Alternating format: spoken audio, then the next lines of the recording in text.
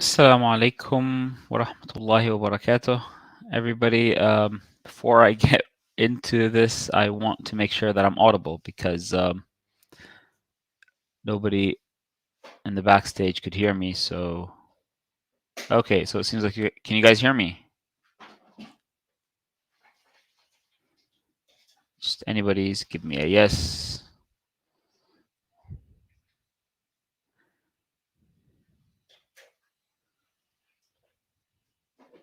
Yes, thank you. Okay.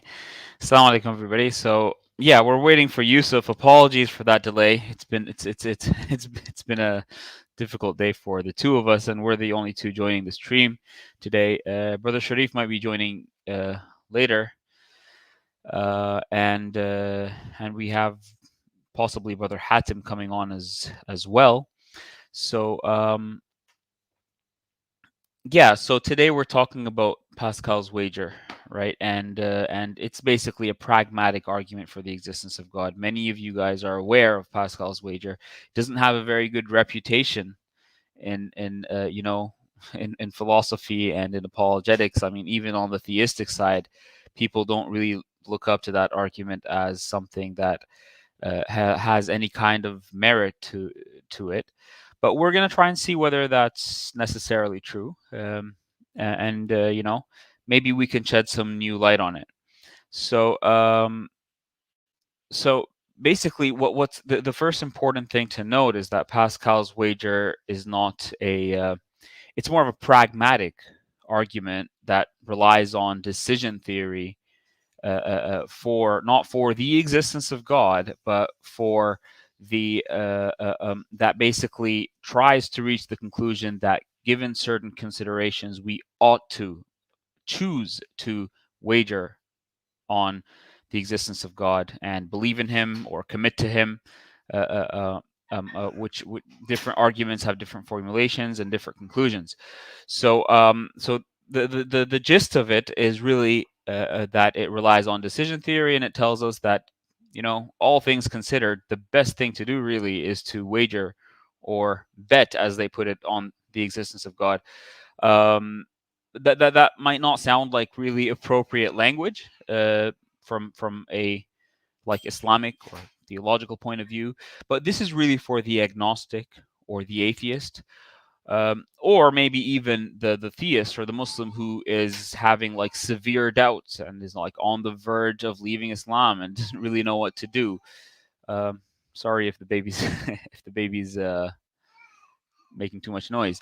Yeah. So we're gonna get right into it. I'm just not sure if I should hear Yusuf is. Thank God this has been awkward.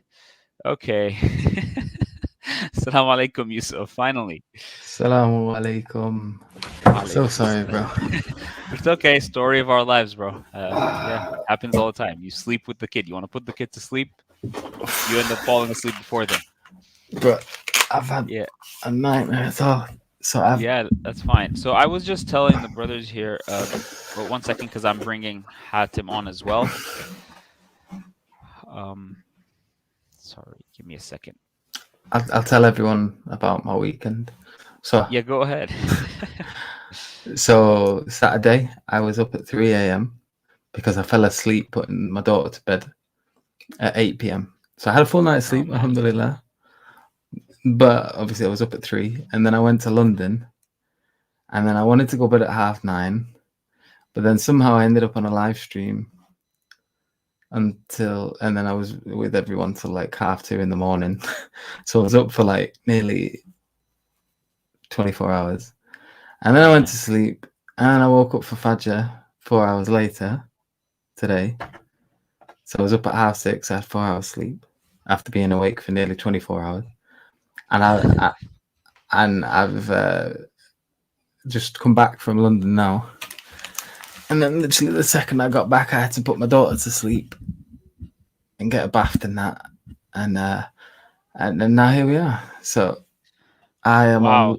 on. I mean, I'm not sure how good you're, how well you're going to be able capacity, to follow any of what's being said or express your ideas, but Or maybe you could even do it better. I mean, some people are like that, more Maybe, tired. inshallah.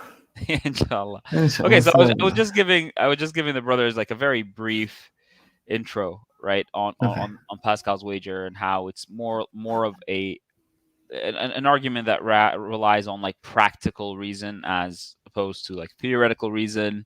It's more of a pragmatist sort of argument, not for the existence of God, but an argument that tries to establish that we should wager on the existence of God, considering the expected value, right? Yeah, So it yeah, relies on decision theory.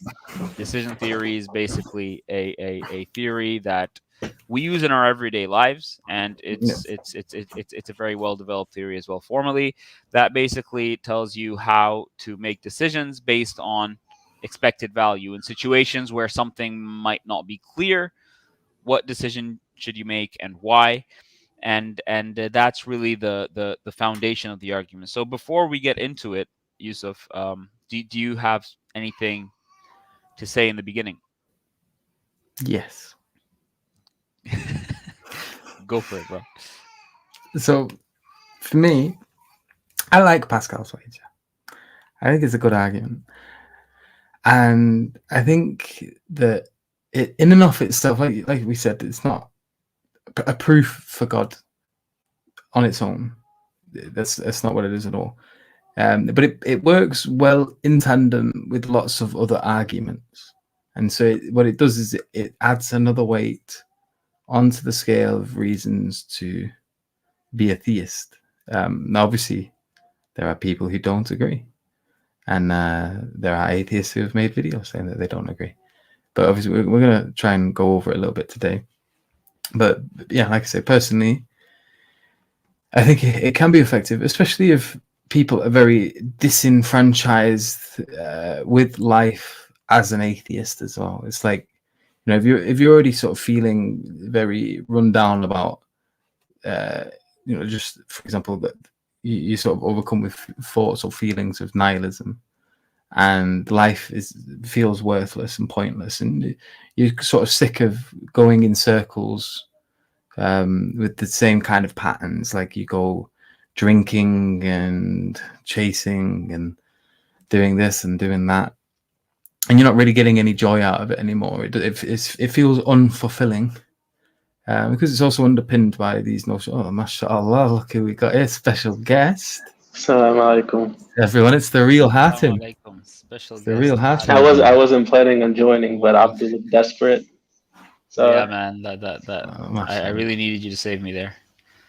Thanks for showing up. yeah, exactly. Yeah, because I don't know if I'm going to be any. What's that saying? I'm going to be no use, no ornament.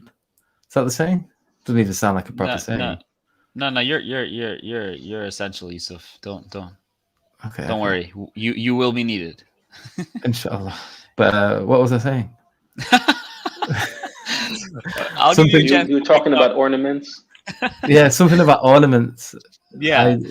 So I guess, Yusuf, you were talking about whether people, like, you were talking about the pragmatic aspect of it and people who are in search of meaning and stuff like that, right? Yeah. So like what have you got to lose, basically? Like if you already think like life as an atheist is pretty crappy, like, and if everything feels pointless and meaningless and blah blah blah blah blah, obviously, like, what have you got to lose? Because there can be something in tasting that, like, argue. You can argue about why you should eat apples all day long, or whatever, blah blah blah blah, and you're not really gonna like understand like how good an apple is until you've had one.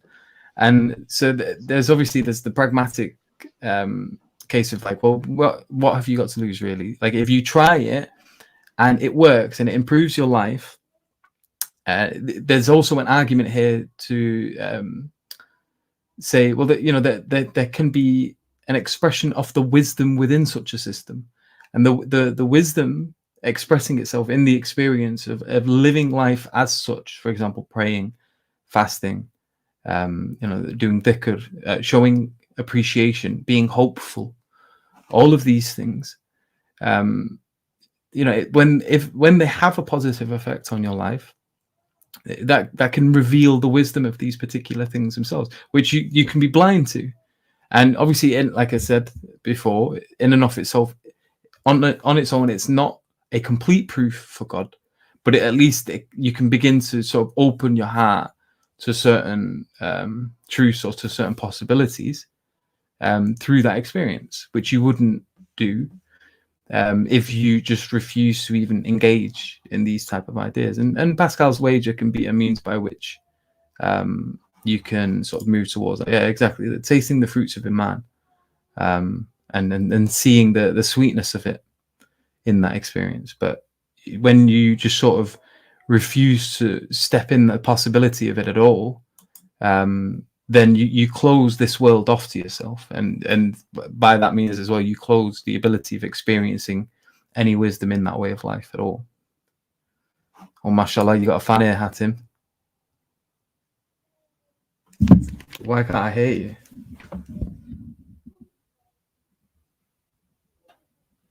Abdul, can you hear him? Oh, sorry, I was muted. Oh, right, yeah, that's probably why I couldn't hear you. You're Yeah, freaking me out there, bro. I thought I went deaf. So what? I'm using my phone, man. I'm moving out of my apartment, so I don't have any of my things except the phone and a charger and earphones. That's it. May Allah make it easy for you. I mean, so go on. What were you saying when I was in panic mode thinking I'd gone deaf? Well, have you guys went into the objections of Pascal's wager yet, or I no? mean, we haven't really. Just initial thoughts. I just said that the argument relies on decision theory, and that it's more of a pragmatic argument rather than an argument that's based in theoretic considerations of reason and stuff like that. So maybe you give us your initial thoughts, then we can maybe put forward a more structured form of the argument rather than the rambling we've all been doing here. Then we can look at objections, and I think we can get some people to call in and give us their thoughts on it. Yeah, well, I think the formulation that like Dr. Elizabeth Jackson uses, which is I think the one we're at least trying to represent here, is really strong, and it increases in strength as the evidence like for God increases as well. And that's because a lot of the I believe this argument, Pascal's wager, it seems that it does rely on the the permissiveness of the evidence, in that, like, let's say that it would be reasonable or rational to be a theist or to be an atheist, like assuming at minimum that's the case, then like it seems it's more like the tiebreaker, And another thing that I like about this argument too is it's not like the typical argument like we get for example, like a cosmological argument, which is more like it's proving an is, that like God exists. This is more of an ought. So it's a different style argument. It's arguing why you ought to do something. And I think that's why it's going to be like both refreshing and very interesting. Yeah, I definitely I think it's interesting. Pascal's wager has always been interesting to me, and Liz Jackson, who Hatem mentioned here, is has published a few papers on this, and she's sort of like put forward her own formulation of the argument that is a pretty, like, she makes a stronger claim. Like you have other formulations that work with specific types of agnostics and stuff, but I think Liz Jackson makes the very strong claim that I believe originally Pascal was trying to make, that regardless of the credence you give theism, you should wager on the existence of God. So let's just so a basic formulation that that, or just a general idea of what the argument is that it deals with expected value, right? So in life, you should make decisions that you expect to give you the highest value, that have the highest expected value. And in situations where the credence for one option versus the other isn't very clear to you, you should always make a choice that all things considered is more likely to give you the highest expected value. So you come up with a table, a decision matrix, where you say, well, belief in God, not belief in God, God exists versus God not exists, and the expected value at the end of as the outcome of these situations. So you believe in God and God exists, the expected outcome, versus you don't believe in God and God exists, not a great outcome. You don't believe in God and God doesn't exist. Well, doesn't really matter. You believe in God and God doesn't exist, doesn't truly matter either. The difference there is not going to be hugely significant. So that's the general idea. Now, clearly, there are a wave of objections to this, and huge objections to this, right? So I don't know if Hatim, you want to bring out one of the main objections that you've come across. Yeah, the irrationality objection is it's along the lines of, well, it's just irrational to basically do something that you don't really believe. Like you ought to align your actions with your belief, right? So if you really believe that God doesn't exist, then it's sort of irrational to ask somebody to, like to force themselves to kind of do something that they don't really believe in, and that it's more and like there's no evidence for, I think is actually like the important part of that is that like the belief that in these things is irrational to begin with. Yeah, so basically it's more it's like it's the evidentialist objection, and I mean, thank you for starting with an easy one, because I mean that's So I mean, the answer to this is so either you're dealing with a case of commitment to act and not a commitment of belief, in the sense that you're committed in terms of your actions, in terms of your attendance of, like, Friday prayers and supplicating to God and asking him to bring you closer to him and to show himself to you, and that you're truly sincere. And that's basically a commitment of act. That's not necessarily a commitment of belief. Also, on the other side, what Hatem mentioned earlier about permissiveness. So this epistemic permissiveness is basically a situation where you have two options or two theories or two ideas that you think are both rationally accessible, in the sense that they both have evidence for them, right? You're not really sure which one is true. You might lean one way or another, but you think that both positions can be rationally held. Well, you add Pascal's wager into the mix here, and well, it does seem to be that the case that you have because you have epistemic permissiveness. Well, you are in line with evidentialism, and at the same time you're taking decision theory into consideration, and also there could be different angles to belief formation, right? So so you can have different belief attitudes to different angles of a theory, right? So when we talk about utility and expected value, that can be one angle, and when we talk about the evidence for the theory, that can be another. And generally speaking, for the agnostic who does see permissiveness, I think it isn't a huge issue. Yes, so that's the rationality objection. We can just go through them quickly, because I think we can. I think maybe we're gonna get through. Can we go on? Yeah, go ahead, Yusuf. The whole so people sometimes Muslims say, oh no, you can't do Pascal's wager because it's gambling, and gambling's haram. Oh, that's yeah. So so from within an Islamic paradigm.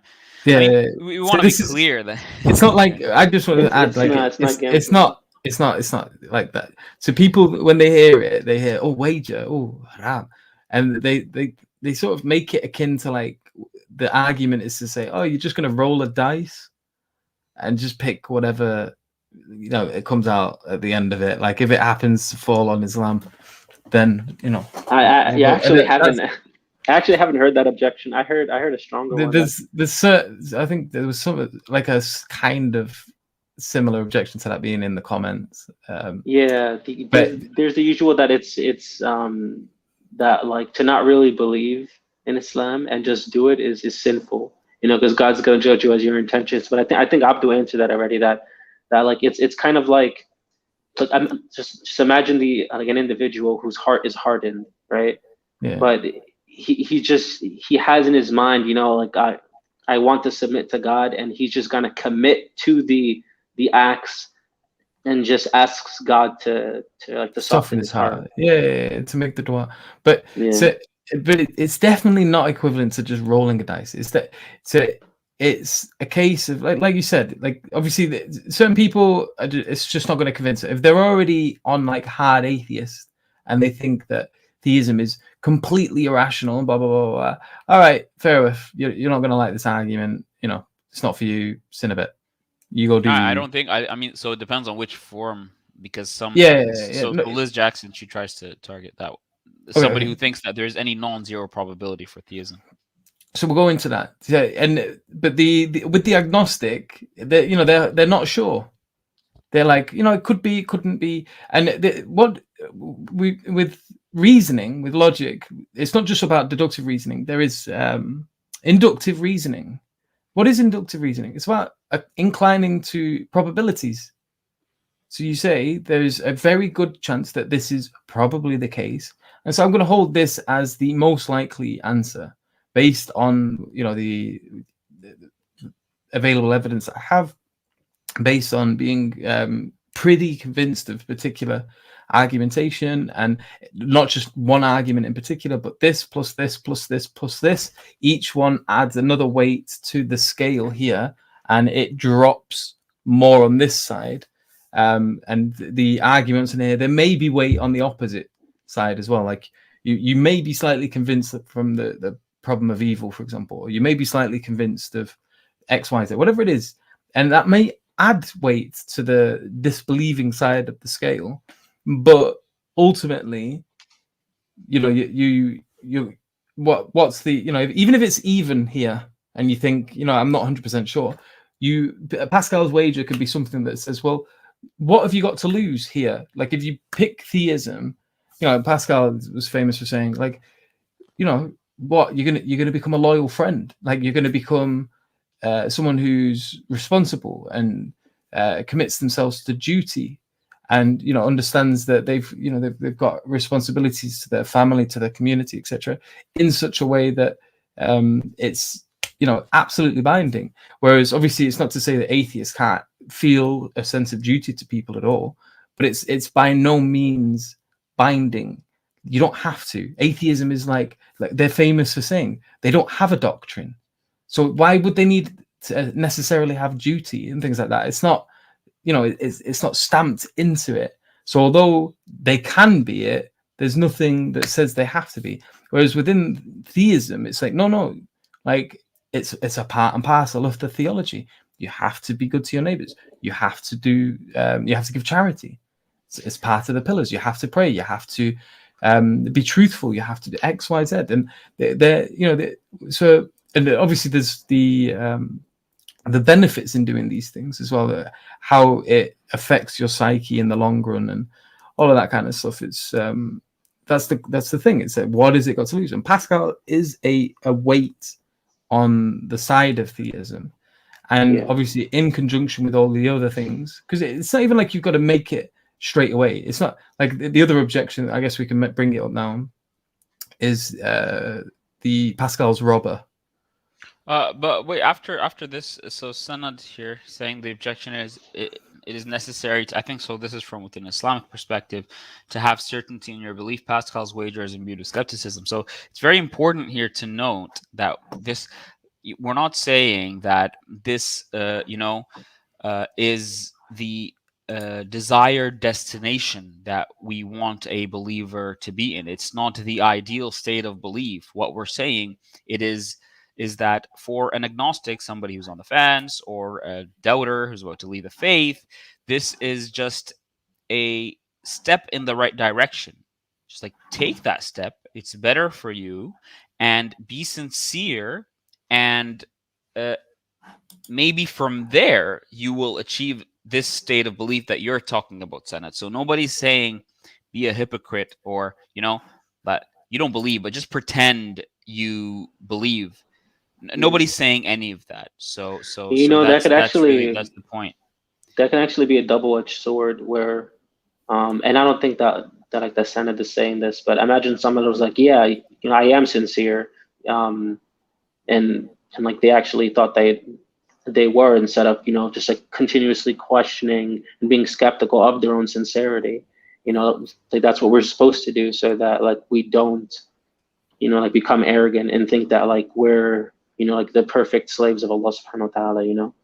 So Yeah, that's a good point. it's always, like you're always like meant to be like questioning your own sincerity and trying to improve, and just like continuing to ask yourself, like, am I praying, or like am I giving the charity because like people are watching me, or am I doing it for Allah subhanahu wa ta'ala, for the sake of Allah? So Yeah, that's an excellent point. Jazakallah khair. Brother Ihsan here, who's a huge fan of ours, is saying that they haven't mentioned any of the real objections. I can assure you that this irrationality objection, Ihsan, is one of the big ones out there. Although I think it's one of the easier ones to deal with, to be honest. So yeah, I mean, I'll give you that. But we're getting started, so hold your horses. I know. So chill out, man. Don't be so impatient. Yeah. So I think something like the many gods or the mixed strategies objection is something that's seriously more challenging, right? So what do you have to say about that? Either of you guys, you can take it from here. So many gods. Sorry, I zoned out then. What was it? Many gods objection. I think that's yeah, maybe what Ihsan had in mind when he said real objections. I could take that one. So it's more, I mean, like you hear this from atheists all the time. Like, look, like there's like 3,000 or 4,000 gods, like what are we gonna do? Like they can't all be true. So then like they just throw the baby out with the bathwater. But I think the issue here is that like they're not taking probability seriously, and probability does matter. And I think Dr. Liz, she's a really good example. It's a thought experiment to show that like probabilities matter. So I mean, like just in like a common sense perspective, you're meant to look and investigate, and like to see for yourself which religion is more likely, and like you can do that. It's not something that's like unreasonable to do, and you're able to cut through a lot of them just by doing this. So it's kind of a weird objection, the whole like many gods thing. Yeah. And so this kind of links as well to that what I mentioned earlier, the Pascal's robber, which is an objection. Like, oh, someone comes up to you and they're like, give me all your money and maybe I'll give you an infinite amount of money later. Now the thing is like with the Pascal's robber objection, it's not really a good analogy. One, because you've not got time. Like the Pascal's robber is just like, you've got to make this decision now and you can't look into anything about me. You've not got that option. Either you give me your wallet now and take that risk, or you'll miss out on this opportunity. Whereas with the Pascal's wager, it's like, well, no, like you've got a life. Go away, look into the particular claims of the particular religions, and you don't have to look into every single one. There's 10,000 religions, 3 million gods. You can go through that process of what's the word I'm looking for? My mind's gone dead. Process of reduction. No, that's not it. That doesn't sound right. Process of elimination. That's the one. That's why we've got Hatim here. MashaAllah. The process of elimination. So you can break them into categories. So you don't need to look into every polytheistic religion. You just ask if polytheism is what's the word again? Rational. If polytheism is rational, and if you can show why polytheism doesn't make sense, or why Trinitarianism doesn't make sense, or why pure Tawheed maybe makes more sense, then you can write off a swath of religions. If it turns out polytheism is absurd, you don't need to look into 95% of the religions on the earth. And you could just cross atheism off the list immediately, because like there's no expected value there anyway. So there you go. Like, we just increase your chances. Exactly. So then you like, okay, so I've written off a lot of the religions. If you're obviously this was what I did. I didn't have to look into like, I was looking into things like the New Age religion and Hinduism, but I didn't need to like look into things like Thor and whether or not Thor is a particular character that has epistemic value, because it was like no, forget that. Let me just check to see if polytheism makes any sense.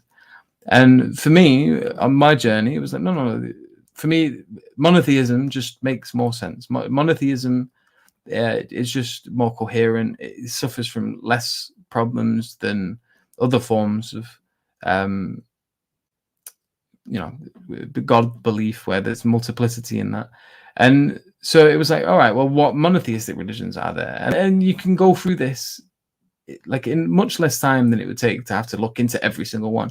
So, and you've got the time. And so if you really want to make the Pascal's robber thing fair, it's like, if you give me your wallet, I'll give you an infinite amount in return. But I'll give you as much time as you want. You've got until you die. Go and look into me. Like, check out what people said about me. Have a look to see what evidences there are about my character, about what kind of person I am, if I have a good track record or a bad track record, and like that. And and if you like what you hear at the end of it, then give me your wallet.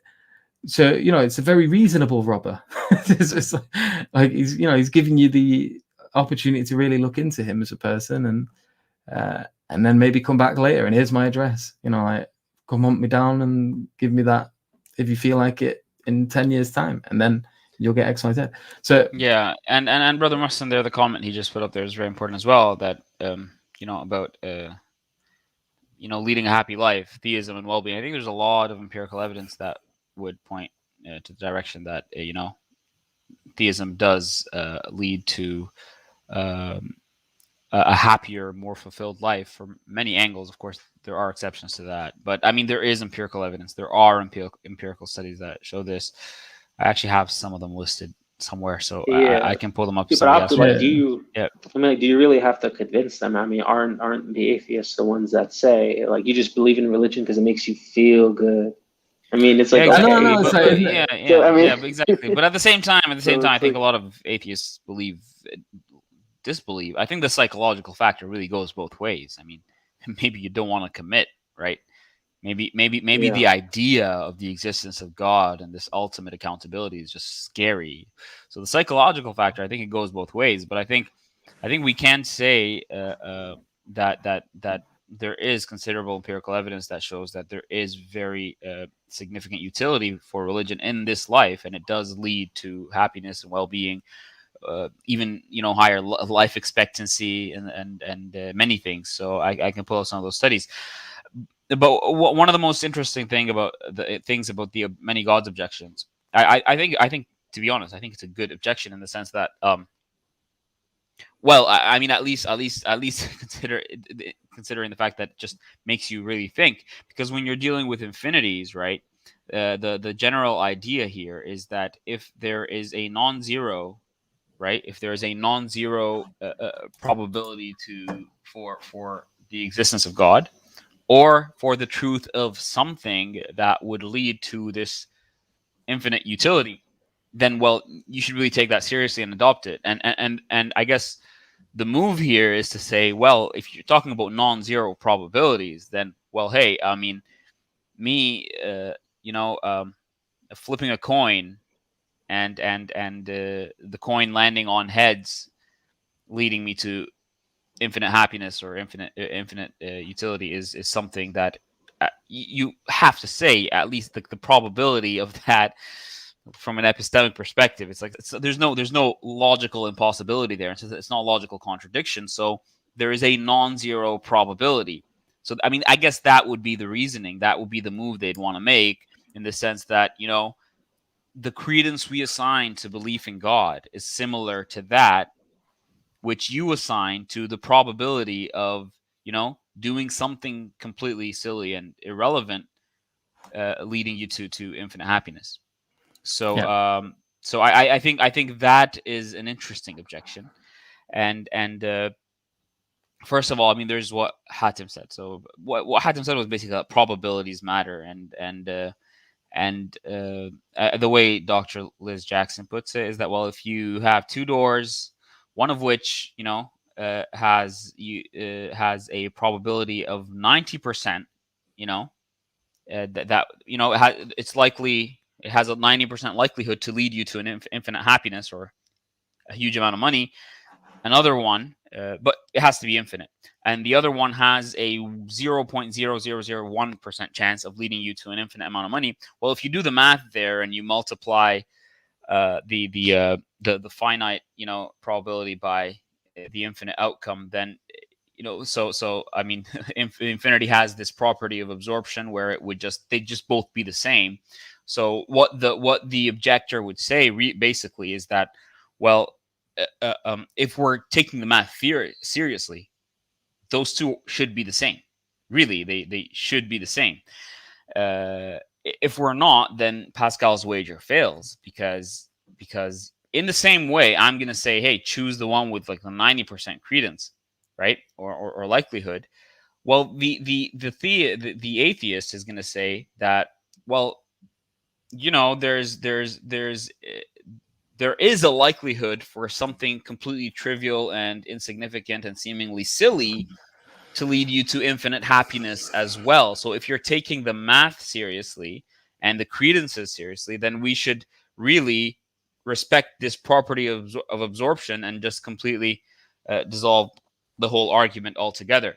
So that's really the gist of it. It's really a mathematical argument. So I don't know. Do any of you guys want to comment on that, or? Yeah, okay. Right, I just wanted to bring this up as well. So I don't know why he thinks this is Greek philosophy, because from what I remember, Pascal was definitely not Greek. Yeah, I don't know, man. It's Greek philosophy. So, and it's not gambling. We've already said it's not gambling. I don't know if you were here, brother, before or after, or like I went through this. It's not about gambling. It's about moving in towards weighing the evidences and inclining to that which in the end you think is going to convince you the most. And so there was an addition to this as well. So using probability for doubt is okay, or does it fall under bid'ah? Yeah. So I don't know if you want to say anything about that. I'm not sure I want to say anything about that. Using probability for dawah. So using probability in dawah is a bid'ah, basically. Oh. Maybe. If it is, may Allah forgive us and guide us. Anyway, now back to that more serious objection, right? What do you guys think about the whole absorption thing? You already said something about that, but I think there's that more, I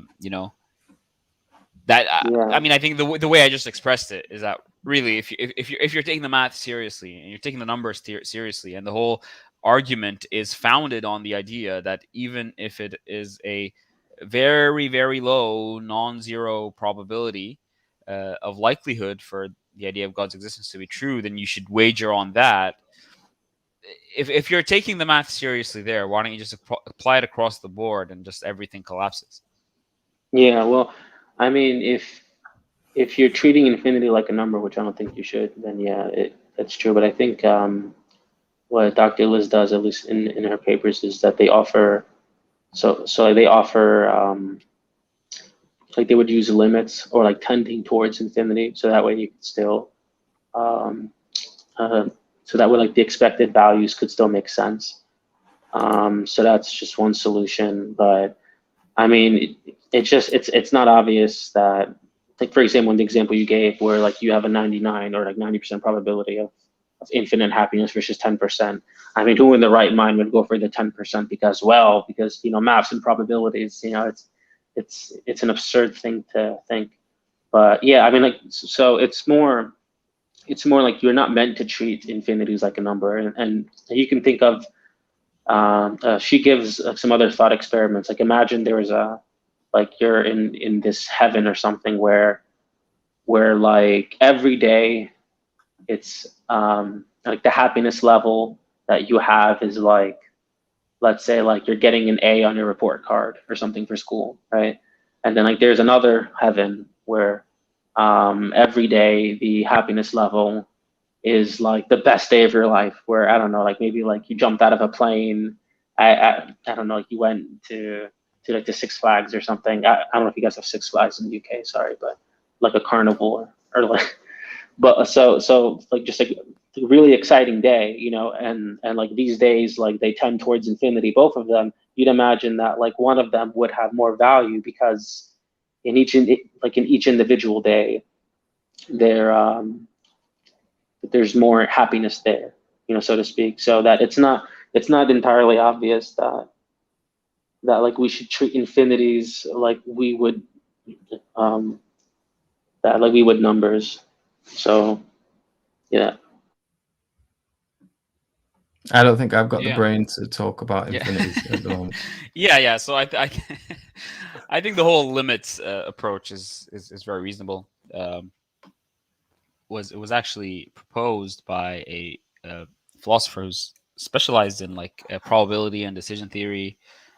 His name was Alan Hayek or something, right? That what it means when you use limits is that, well, you're not going to just multiply everything by infinities. You're just going to take periods, and you're just going to keep adding. So you're gonna have a table where with the different worldviews, and you're gonna have the credence there. So let's say 0.1% credence versus 0.5 versus 10 versus 50 versus the expected utility and the negative utility, like for example hell.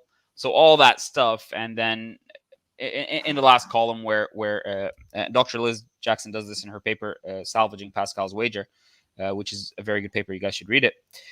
In that last column, you're gonna have the limit just increasing, like as an approach to infinity. It's not going to actually be all multiplied by infinity. And then, like when the increments, you know, get into a more stable pattern, then you really get an idea of what seems to be the better decision. That's very important. I mean, so I think that probabilities do matter, but also there's this approach by this guy. Wait, I forgot his name. Sorry, because I was reading a paper by Oppie in response to this person. Sorry, so I read a paper by Oppie, and then I read this guy's response to Oppie. His name is something Holcomb. I can't find his name, his full name right now. And he had an approach of this. He thought, because Oppie had that whole approach that, you know, well, he was basically talking about the mixed strategies objection and the many gods objection, and he also made a very interesting point about what's it called, the non-zero probability for a rational atheist or agnostic is infinitesimal, right? It's not really. I mean, at least what he's saying is the infinitesimal likelihood is not taken into consideration, because if it's infinitesimal, then and you multiply that by the infinity, well, it's going to be finite. It's kind of going to collapse and cancel each other out. But then I think he makes a stronger claim that for the rational atheist or agnostic, that non-zero probability that's placed there is infinitesimal. And I haven't really read enough to get his like complete thoughts on this, but I think that's just absurd, really. I mean, so you thought, do you understand that, Hatem? Like, for the rational atheist and agnostic, I think Dr. Oppie, and this was, you know, a paper back in the 90s, so, you know, maybe he changed his views now, but what he thinks is that the credence that a rational agnostic or atheist puts on the likelihood of God's existence is infinitesimally small. It's not something that's not a non-zero probability that has any level of significance. I haven't heard that objection before. Yeah, but that sounds crazy. You said that was like 20, 30 years ago? Yeah, that was back in the 90s. And okay, yeah, he probably doesn't hold that view anymore. I mean, it seems just from what I heard from him recently, or like the last few years, where he says that the evidence for God is reasonable, but not like successful with the arguments or whatever, right? Yeah, and so yeah, so I mean, it was a good paper. That I mean, Oppie's papers are all interesting, right? So, but then yeah, so this philosopher named something, I don't know. The word coming to mind now is honeycomb, but it's like Holcomb or something So I'm just gonna say honeycomb.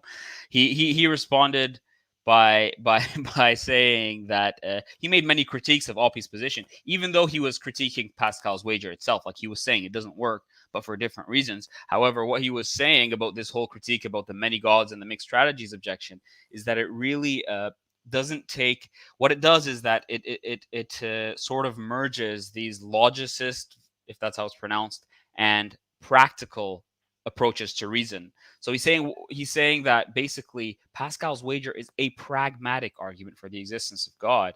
And what many philosophers do is that they take this strictly logical approach to analyzing the actual decisions the person is going to make, which of course there is a logical basis to it. However, what he does say is that there is a neglect of the actual pragmatic side that's influenced by so many things in human experience, by society and experience and psychology and stuff like that, and that neglect, or that overlooking that factor, is what makes, I think, some philosophers sort of appeal to all kinds of ridiculous things people won't even take seriously, like the idea of the God who rewards the atheist and not the theist, or the God who rewards you because you eat candies on Tuesday or something like that. That's a non-zero probability. It's just as likely as God's existence.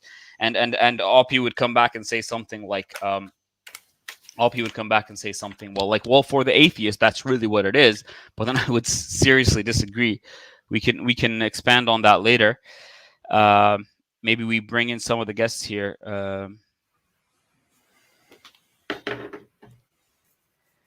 Okay, let's bring on. Sorry guys, this is a weird day. We look like, I don't know. It's the kids. Okay, so mashallah, Hatim's got bloody lovely lighting.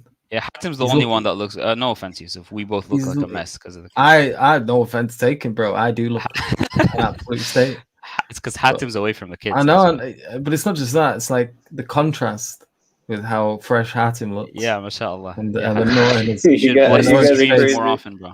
It makes me look even crappier. It's like when you've got, when you make an all right cake, so long as there's no other cakes around, it can look not too bad. But then you get like a proper top-notch super cake, and all of a sudden your cake looks a lot poopier. Next, that's what's going on here. Like how you expressed that. Brother Uzair.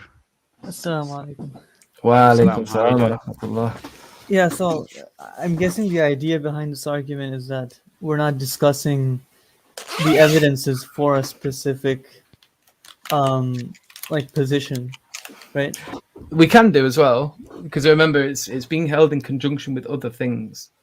And so that you may be someone who's like not 100%, you're confused or agnostic about all the other arguments as well.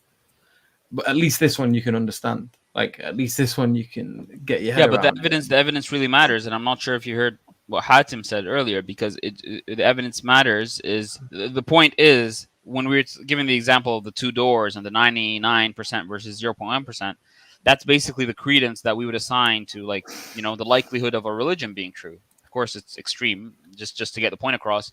But then what we would say is, because of the many gods objection, or what you're describing as, arguing for a particular position, I think it's related to the objection. The point is that, well, there's going to be a different degree of likelihood. So you go for the one that's most likely, if they're all the same, that's a different story. I'd say randomly. Yeah. Choose. But then it really depends on so many things. It's a bit complicated. Yeah. Well, I'm mentioning it because I was actually discussing this the other day, but then an atheist brought up an interesting point where they said, what if there's a God who sends all non-atheists to hell and only puts atheists in heaven? Yeah, we touched on that. So that's I don't know if that's the many gods or mixed strategies. I confuse them sometimes. I think it's mixed strategies. But then the point here is that, well, so again, so if you have that, let's assume you have that religion where all the atheists go to heaven, right? And then you have Islam, right? So let's assume you're the kind of person who believes that Islam has a credence that is significantly higher, than this one. Mhm. That the evidences for it are way higher than this religion that nobody believes in, this hypothetical religion that nobody believes in. Then that should matter. So the point is, it's not really just about the mere epistemic possibility, right? The fact that something is a non-zero probability. You're just going to consider everything, and that's part of the objection of Professor Honcolm as well, where he says that, well, the proof that you guys, him talking to a lot of philosophers, aren't really taking the pragmatic side of this seriously is really that you come up with all these silly stuff. You're really not keeping in mind the idea of the pragmatic process of decision making that humans are going to go through. They're not going to really consider this, these silly stuff. Yeah, go ahead. So that argument seems like it seems to be a concession that like we should really just take the religion seriously that have some sort of eternal punishment or eternal hell, or sorry, like everlasting punishment / hell, because just think of like this hypothetical religion posited, right? So like you go to hell if you're a theist, and you go to paradise if you're an atheist, right? It's like, okay, so I mean, he could have just left it at atheism and like not included the hell or anything like that. But so like he is taken into consideration like the idea of expected value. And I think when you do that, you can cross out a lot of, like going back to the many gods objection, you can cross out a lot of the like religions on the list immediately that don't have like some sort of just like everlasting, like let's say. I mean, the reason they have to do that is if they don't, because you see, I think on like certain formulations of the argument, I mean, the atheist or the agnostic, and even Professor Oppie acknowledges this, would be in a position where he has to say that, well, wagering on atheism has higher or equal expected utility. Well, I mean, it depends on what you mean by atheism. So this weird religion where atheists go to heaven and hell, right? The point is that, well, if you're dealing with infinities and you're taking for granted the absorption problem, the absorption property of infinity, and you're not going to do anything about that, like talk in terms of limits, or take, for example, Mike Roda's approach, where he formulates an argument that doesn't rely on infinities at all, just a very arbitrarily high number. That and this doesn't work for atheists who think that there's a very, very, very low probability, but it works more for agnostics and like people who give religion a bit of a higher probability, somebody who sees the reason but is just maybe a bit confused. So Mike Rota has that approach as well, and infinities have nothing to do with his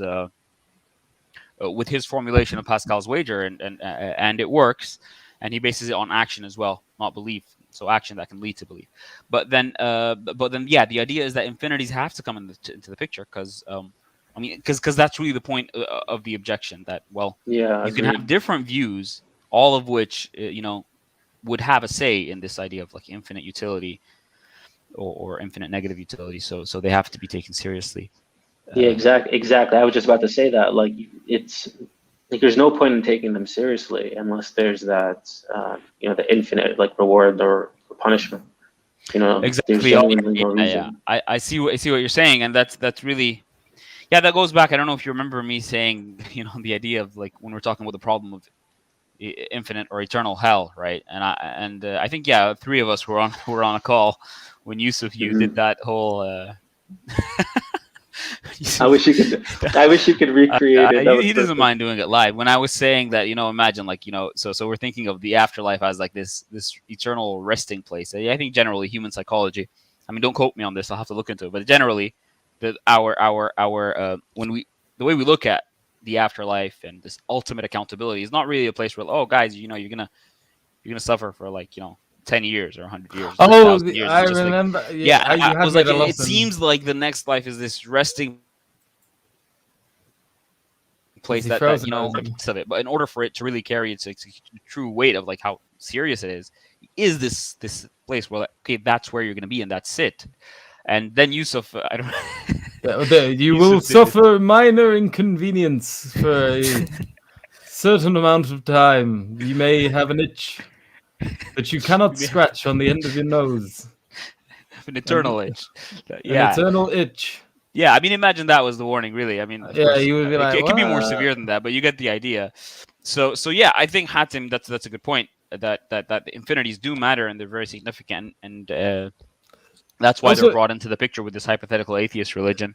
yeah, but We might be ignoring Brother Uzair, so I don't know. Sorry, guys, I don't know if we forgot about him. want to. So as well, you know that example. It's a bit of a weird example as well because it's like, so who's asking you to believe this religion?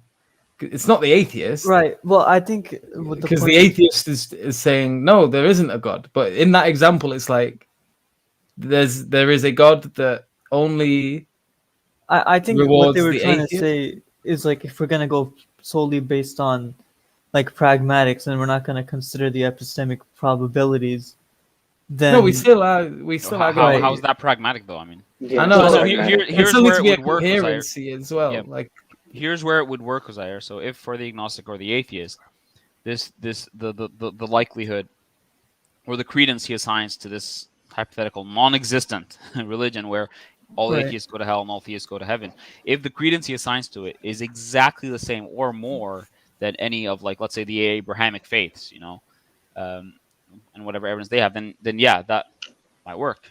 Yeah, that might work. But then what you're going to have to assume is that when we so once we step into the realm of infinity, so we make the decision that, okay, I'm going to take this idea of an afterlife seriously just because of the possibility of it, and I'm going to step into that circle and look at, and then suddenly I find all these different views that possibly lead to infinite utility or a negative infinite utility.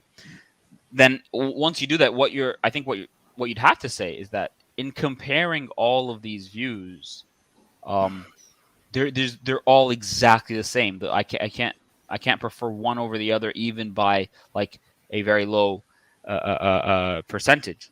I don't think that's plausible. I mean, considering how many they are, but I mean, what they really are saying is that the infinity has this absorption property, and it doesn't matter whether one is 99.9999%. One has that level of credence, and all of the rest have 0.0001.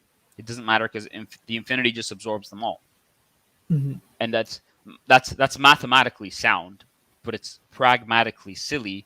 And also there are ways to deal with that in terms of, just looking at it in terms of limits, which Dr. Liz Jackson does, or even what Mike Rhoda does in terms of like assigning a very like a arbitrarily high number, and that works too. In terms, like the math works there as well.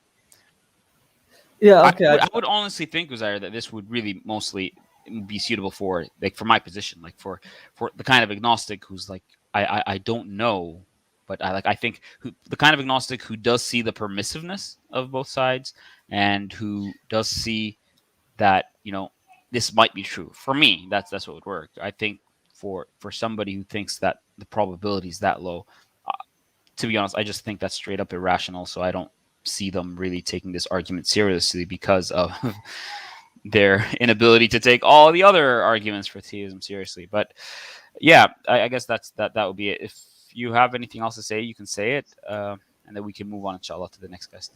That's good. Alhamdulillah. Jazakallah khair. Well, Right, yeah, yeah. take care, brother. Before we move on to another guest, Yeah. I want to address something. Okay. Yeah, go ahead. So, why so religious? I don't know who banned you, but to be honest, I think I'm going to ban this account as well, and I'll tell you why.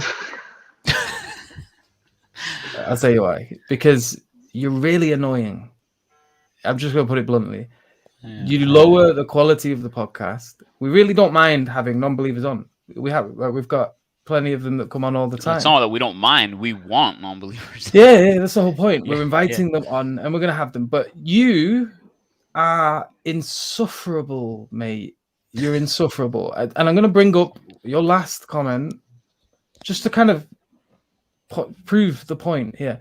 Pascal's wager doesn't even come close to proving Allah. We're not talking about a proof for Allah. Like,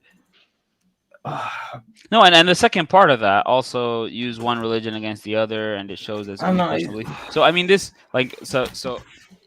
Assuming I need to plug my computer huh? in. What? Just so this is going to look weird. I need to plug my computer in. So I'm going under the desk. I'm not. Go ahead.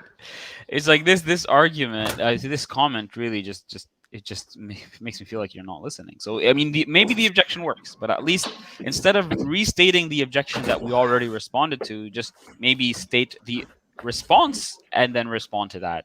Explain why the response doesn't work. Yeah. Maybe our response was silly, but the point is it's been responded to. So Yeah. So you know, people aren't why really so listening. religious? Why so religious? Go away. Go away. I don't want you here. You're I annoying. like Sleepy Yusuf. You give me a headache. I'll just be honest. I've tried to tolerate you for a long time, and I'm bored of it now. I want good quality guests. And they can be disbelievers. They can not like Islam. That's fine. But when you're like just sort of broken with your responses, and you just disregard the points you make, and you make these silly points, and you're just really annoying. I'll just be honest with you. And I don't think we have to entertain absolutely every guest that ever wants to come on. You can go to other podcasts, you can go annoy them. So I'm going to block you on your second account. And whenever it becomes obvious that it's you again, I'm just going to block that one too, because I'm bored of you. Yep. And leave us alone, please. Right. Sleepy Yusuf is pretty cool and pretty savage. I really can't Mujtaba. be bothered. Hello, Mujtaba. Assalamu alaikum. Be there. All right. Mujtaba. 3, Assalamu alaikum. 2, 1. Okay, goodbye. Seamus. Hello, Seamus. Unmute your mic. Okay, goodbye. Hello, mashallah, Yasin. I am familiar with you. Man, they're out and about. Hey, Yasin. Assalamu alaikum. That last guest was hilarious, I have to say. Just randomly put up I mean, why a hijab picture? I don't know. Yeah, Yasin, how are you doing, brother? Nice to see you again, bro. Alhamdulillah. I just wanted to say that I understand this argument doesn't intend to prove God's existence, and it much rather tries to deal with stubborn agnostics, if I have the right impression. Not even just stubborn, just like... Or believers who are on the verge of, heading out. Okay. Well, I believe it is a problematic or unuseful argument to use from within the Muslim tradition. You mean for anybody? Like it's like there's no situation in which this kind of reasoning can be valid? Yes. Okay, explain why. I think such an argument would be used if you have a stubborn agnostic or an atheist which does not want to concede that there are any good reasons to believe in a God. And the wager kind of tries to coerce the person to at least consider the belief. I think there are many better arguments, particularly the epistemological arguments, to show that theism as a default position is at least not irrational or even rational to hold. Yeah, but I mean, they're definitely better arguments in establishing what? I mean, it depends on what the argument is trying to establish. Yeah, this is a different. It's not trying to establish an is. It's an ought. Like this is what you ought to do. Whereas, so for example, like what you're speaking of, Yasin, seems like, hey, like theism is more reasonable or rational. Here's why. You see what I mean? Like it's a different type of argument. That it is not irrational, because the atheist is adamant in that there's absolutely no good reason to believe. I'm not sure if I'm getting my point across. Sorry, Yasin, I got distracted. I really apologize. Can you repeat that last part? Just the last part. The atheist is not adamant in what? He is adamant in that there is absolutely no good reason to believe in a God. I mean, depends. So it depends on what kind of atheist you're talking about. I mean, maybe an agnostic he classifies himself as an atheist. He doesn't think that there are no good reasons to believe in God. Yes, we are talking about the utility of the argument of Pascal's wager. right now. Okay. So what you're saying is that it's not going to work with the Yes. atheist or the agnostic. It may work, but from an Islamic tradition, it is not, I believe, not a good one to use. Why? Because it leads to this very weak state of belief. Are you saying?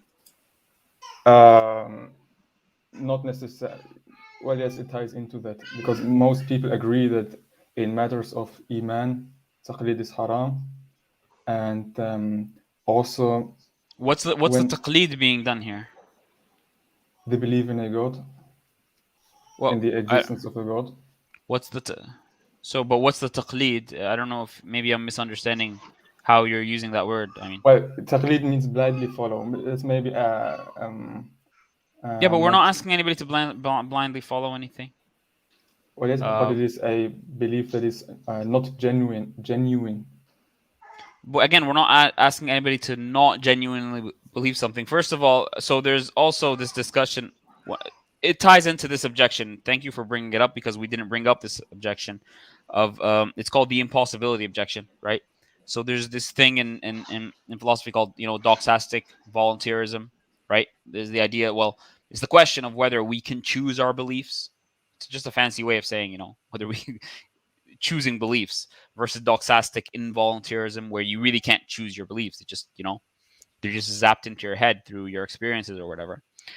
And really, it's long story short. I mean, one of the main objections is that wait, how does this argument work when it's not like there's a switch up there I can switch and okay, suddenly I believe in God, right?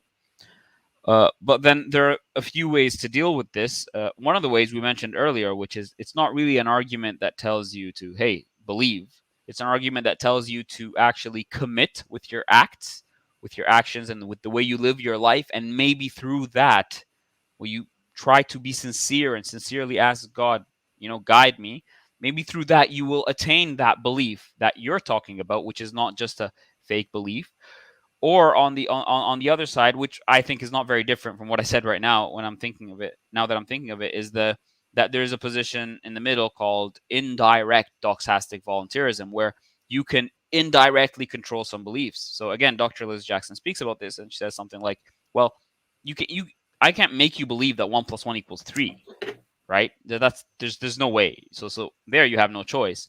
But then there are certain beliefs that seem to be in a bit of a gray area, right? That it's not really as straightforward as 1 + 1 = 3, that you can look at the world in a certain way and choose to commit to certain things and surround yourself with certain people and read certain things that would make you more open to the view. It's not as binary as 1 + 1 = 2.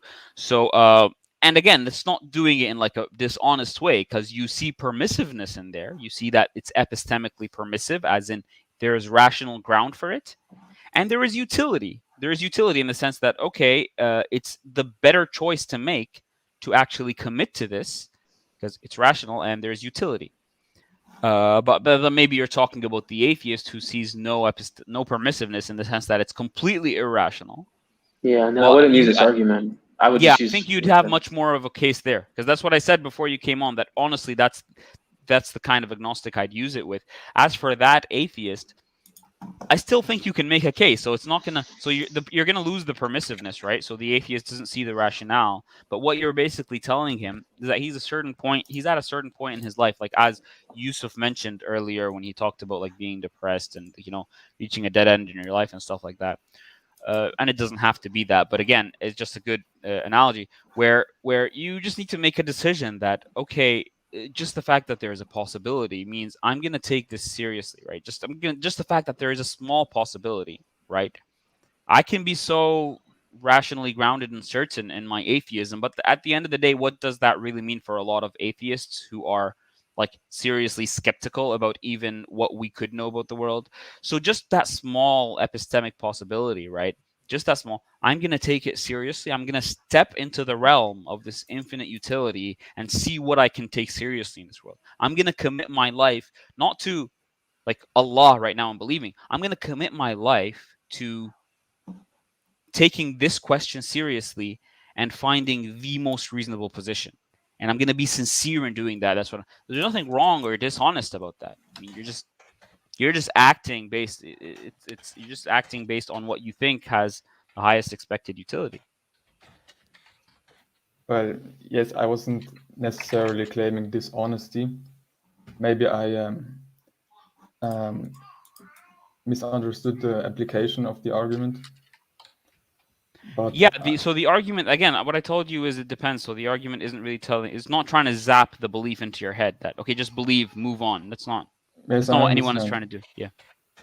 Okay, so maybe if I didn't respond to you, if that wasn't a good response to you, then you can maybe reformulate, because we have to move on in a bit, but maybe try to re-express like what your concern specifically is. Well, the argument uses reward and punishment as a tool to move the subject.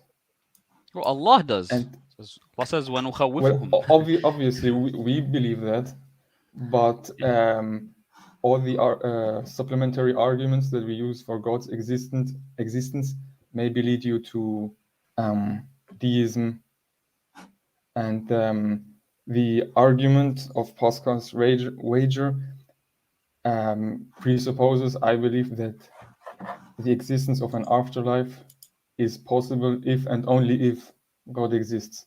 But you could restate but brother, now wager. You're going to a different objection. We touched upon that, and we didn't assume that it's possible if and only if God exists. We talked about the many gods and the mixed strategies objection and all that stuff. I think that's a different consideration, because I think you were talking more within an Islamic paradigm why it's problematic, and it seems like where you were going with that is that, it basically scares people into believing or something. Well, I don't know. I mean, if something really might be scary about the afterlife, I want you to scare me. I mean, it depends on what you mean. Is it like manipulative? Are we trying to emotionally manipulate people? No, it's not about that. It's not really about that. There can be a genuine case of, a genuine case where you actually have good reason to adopt a certain view or to take a certain view seriously based on certain fears you have or based on certain utility you want to get from it. There's nothing inherently wrong with that. And as we agree, Allah uses that in the Quran with non-believers who don't believe in hell, talks to them about hell, and Allah explicitly mentions in a few places that this is meant as a warning. This is meant to scare them. So yeah, I mean, there could be a certain context in which that's maybe manipulative, and you're just trying to manipulate emotions and stuff like that. But that's not really how we're trying to put it here. So I don't know, Yassine, if you had, you could have the final word, say what you need to say, and then we need to move on, inshallah. No, I thank you very much. Appreciate your work, and I will definitely look more into it. Maybe I didn't grasp it fully, the argument. Yeah, please do. Jazakallah khair, and it's always a pleasure having you on. Thank you, Yassine. Bye, guys. Take care, Yassine. Assalamu alaikum. Okay, thanks. All right, and we got the yield famous Ihsan. Is this the same Ihsan? Yeah, I think it's Ihsan. Yes, Ihsan? me. Sorry, I'm at my parents, and they've got very weak internet, so I've had to have the camera switched off. That's okay. Yeah, no, it's fine. Don't worry. It's cool. How you doing anyway? You good? Hi. Okay. So, yeah, I'm good. Thanks. It's good to see you guys. So I've just got I've obviously listened to them, and you're probably aware of, most of the objections I might raise. I think firstly there was the many gods argument, and you may be interested to know that the first ever recorded use of Pascal's wager was by a Hindu philosopher in something like 200 to 300 BC. So this many gods, and it's not just many different religions. You've got several different religions, even within the same God, because you've got Catholics who say anybody who doesn't accept Jesus as the Son of God is going to hell. So that includes all you Muslims, according to their opinion. And then obviously there'll be some Muslims who say, there'll be some Sunnis who say Shias are heretics, and they won't go. And so that's even within one religion. So, I think the fact that but Ihsan, you're just Ihsan, sorry to cut you off. I just want to try to maybe get the most out of this period with you, because some people are waiting. But you're just repeating that. You're just repeating that. What's it called? the many gods objection, right? We kind of already addressed that, and it's important to keep in mind, by the way, Sure, that yeah. I mean, this argument for us is not like this is for the agnostic. We think that clearly there is a very strong positive rational case for theism, and we think that atheism, you know, I mean, depending on how it's framed, can be irrational. It doesn't mean that all atheists are irrational, but atheism as a position, I think it's irrational. Now, that's not the issue. Is right now we're addressing a different kind of concern for a specific kind of person who has a specific kind of question. So you're just repeating the many gods objection. We just Sure, but I mean, we that's addressed quite that. an objection to me. I think that's quite an important thing, and also, it's Pascal's way. Just think, another problem is it's not an argument for belief; it's an argument for pretending to believe, and then you're okay.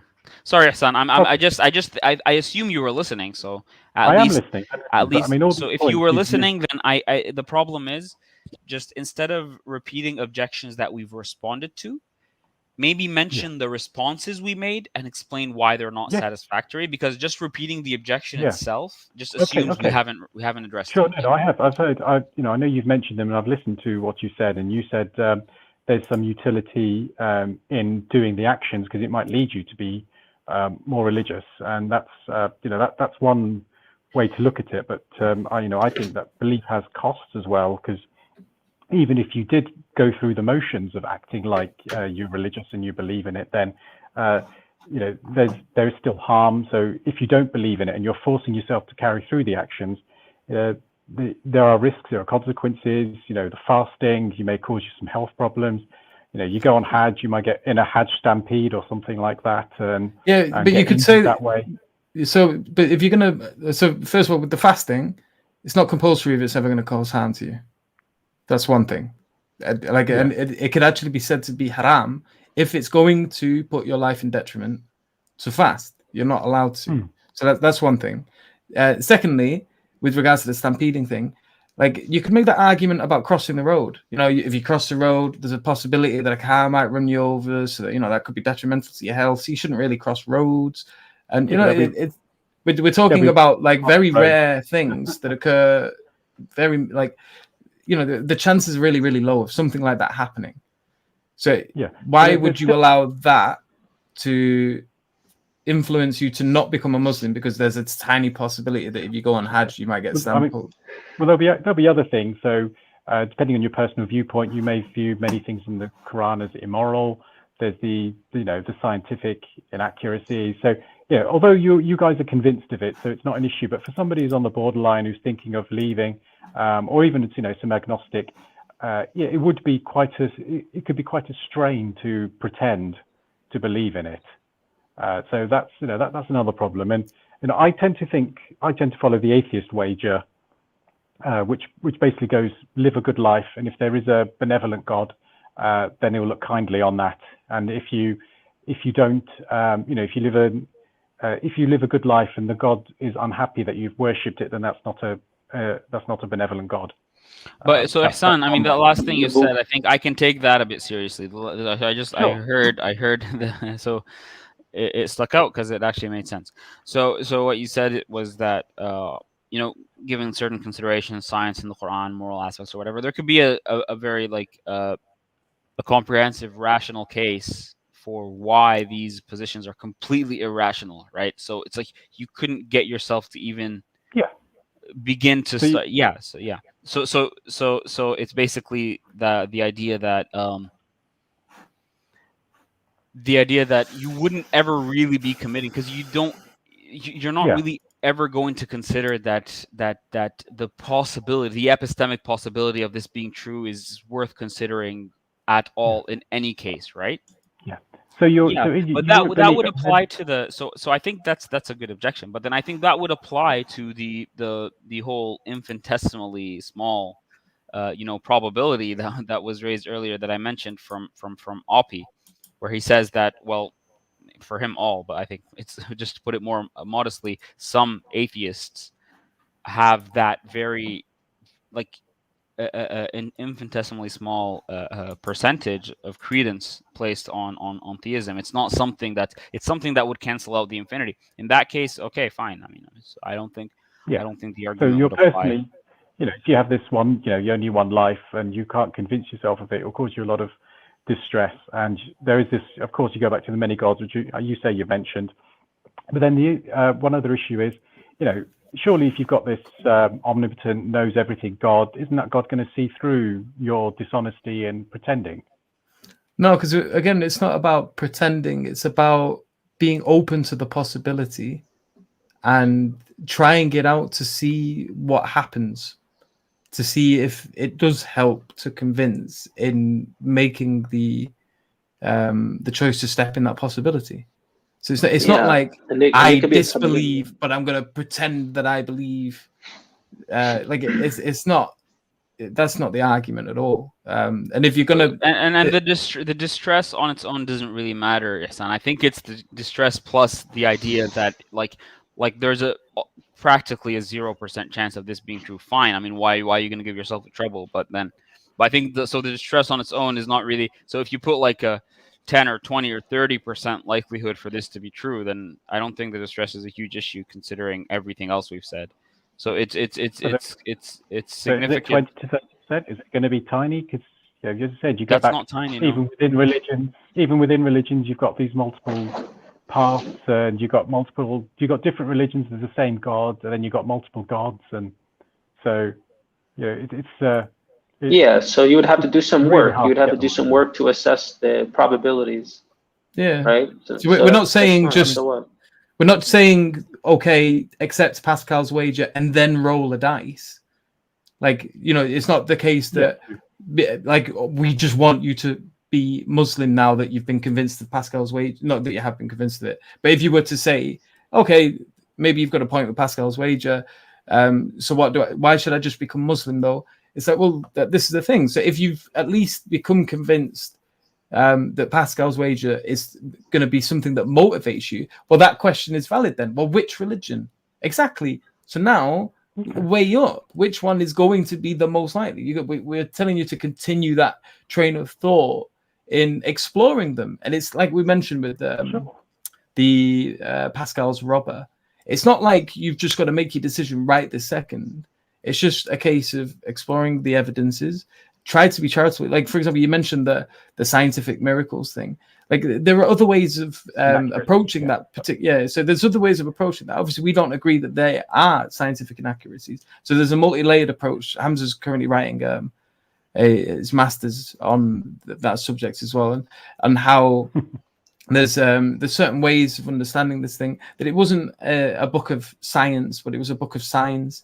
Many of the things, for example, like the typical one that people bring up is the sun sets in a muddy pool. This could be understood, and people use this sort of language all the time. Like, I've used it when I've gone to the beach and I say the sun's setting into the ocean. I don't mean it like that. It's a phenomenological description, and people generally, when you use that kind of language, understand. And even me as an atheist, when I was reading it, that was like, I only found out about people thinking that it meant that much later, when I was reading into all of these other objections, when I was engaged in apologetics. I didn't read it as that. Discussion, but I mean, that's a lot of people at the time did think it was literal, but as you say, there's separate discussion. But I mean, as you said, you could have your belief, and it's quite possible that there is no God, but then you could meet Viracocha or one of the ancient Greek gods or whatever after you die, and then you realize you're wrong. So it's possible, but then that's the point. It's like you got to make the effort because you didn't. So I just think it is a gamble. It's a gamble to you do have to pretend, because you can't force yourself to believe, and you do have to perform the actions whether you believe in them or not. And I just think the odds are with the multiple religions, multiple sects within religions, multiple gods, that it's not something that I would see as convincing. Fair enough. This wager. Yeah, well, I mean, so the idea is that, like, you shouldn't just take all the claims seriously. So like, we would have to draw some line somewhere, right? With the because look, if there is no infinite reward, infinite punishment, But let's say some like religion X is true. I mean, like, why should you care? Like it's not going to affect your, like it's not going to affect you at all, is it? Exactly. So no, it's not, because so you've got so then you narrow down the list right there. Like you narrow down the list as to like which ones you should take seriously. You have Islam, Christianity. I don't know about the rest, but then like you mentioned, like the sects. Well, then you could break those up into like different categories if you wish as well, and you can check the credence level there. But like you can still, the idea is that like which ones that like you do take seriously. Again, like probability matters, so like, you're gonna have to do work, but you're also gonna have to like take into consideration the like rewards, because that's the whole point of like a decision matrix, Yeah. So yeah, I mean, because the rewards will be there, because whereas at least, if you have, I mean, I accept I only have one life and I want to make the most of it. There's no guarantee of an afterlife. So those, from the evidence I've seen, I don't believe any of the religions are true. I just don't think there's any. So that means the chance of an afterlife isn't there. So I'm just going to focus on this life and do the best, and then just follow the atheist's wager of living as good a life as possible. And then if there is a benevolent God out there, then that God will recognize that. I guess that obviously moves on to another subject as well. It's like, well, how are you determining to what degree this life is good? Like, what are you wagering? But that's, I guess, a separate issue that sort of takes us away from the current conversation. But yeah, I think the argument assumes the like permissiveness of the evidence, which is something that like Dr. Liz mentions a lot. That this is assuming that the evidence is reasonable on either side, and then this is it's more of a tiebreaker. Wait, guys, wait. Is this the real Sharif? Yes. Sharif, is this the real Sharif? Assalamu alaikum. So Sharif, I'm your number one fan. Oh, right. I'm your number one fan as well. I think that's the only reason Sharif has jumped on us, because Hatim's with us today, and that's right, man. He's enamored by the so Noor from Smith. I was listening and I thought Ehsan's on, and Hatim's obviously here as well. So I thought I might as well just jump on while I've got a bit of time, inshallah. But Ehsan mentioned a really interesting point, actually. He said that he lives a good life with the hope that if there is a benevolent God, that he will then reward him. So there's a form of Pascal's wager going on, seems, with Ehsan. Yeah, it's called the atheist's wager. Right. So you're doing that one. So you basically, in principle, then you are accepting that you need to hedge your bets. Yeah. There is the atheist's wager. It was created as a tongue-in-cheek response to Pascal's wager. So you don't believe it. You don't believe those. You need to really hedge your bets then. Well, I mean, obviously, because I can't be 100% certain that there's no God. I can't be 100% certain that all religions are wrong. But I think even if it is true that there's no religion, no God, it's still plenty of merit in living a good life, because at least even after I'm gone, I'm remembered for having a good life, having had a good life that's helped other people.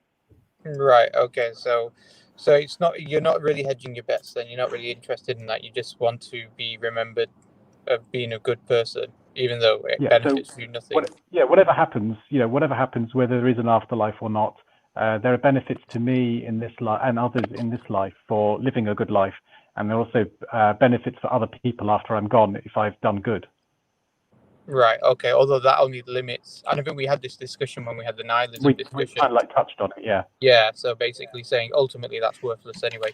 But but on this issue of Pascal's wager, see, I've always found that it's, as a entry point to an atheist, it's not a very good entry point because they're just completely dismissive of it. But I think this is a discussion more than about the entry point of an atheist saying, you should believe in God now. It's more about, and I think Abdulrahman and Yusuf mentioned it earlier, it's more about a decision-making process. That in a decision-making process, when you've got reasonable options, then you're going to look at the one which has the least harm. And you'd agree with that, wouldn't you? Oh, yeah, definitely go with research. I'm going to say, as an argument, it's probably it has its greatest strength in somebody who's wavering on leaving the religion. that's that's what I would say. It's probably it's those people who it has its greatest strength on. But then I could say, it could be whichever religions with somebody who's wavering on leaving Catholicism or I wouldn't just say or wavering on whatever. leaving, but wavering on becoming as well. It's Yeah, the so wavering. It's those borderline. on the edge, Yeah. those on the fence. Yeah, because I think, Hassan, we have to appreciate, isn't it, that there are a lot of reasonable arguments for the existence of a God, isn't there? Or theism. Atheists don't bring out unreasonable really. arguments, do they? They bring out reasonable arguments. I mean, I'm not convinced of anything. I've No, I've but watched lots of shows. would you not say they're reasonable? Whether or not you're convinced is a separate thing. It's just like, do you think that we are completely unreasonable in our position? That we are just... No, because if your personality tends you towards theism, and then you'll be pushed. You're more likely to accept a religion. So that's I wouldn't say it's unreasonable. It just depends on how your own viewpoint is. No, but Hassan, because some people are just very more religiously inclined. Yeah, but wouldn't you argue? Wouldn't you even your position would argue that the theistic position have logical and reasonable arguments for the existence of God? I would say there are some logical arguments, and I'm aware of virtually all of them, but I don't find them sufficiently convincing. Right. So you've got reasonable arguments. Let's say, for example, let me give an example here. One of the arguments against the Kalam cosmological argument is, how do we know that this principle, that whatever begins to exist has a cause, or has an explanation for its beginning outside of itself? How do we know that this exists outside of the universe? Would that be one of the contentions you have?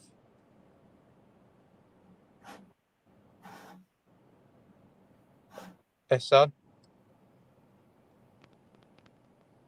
Are you thinking, Ihsan, or is your connection gone? I mean, sorry, I wasn't expecting to discuss the Kalam, but yeah, I mean, the Kalam has got.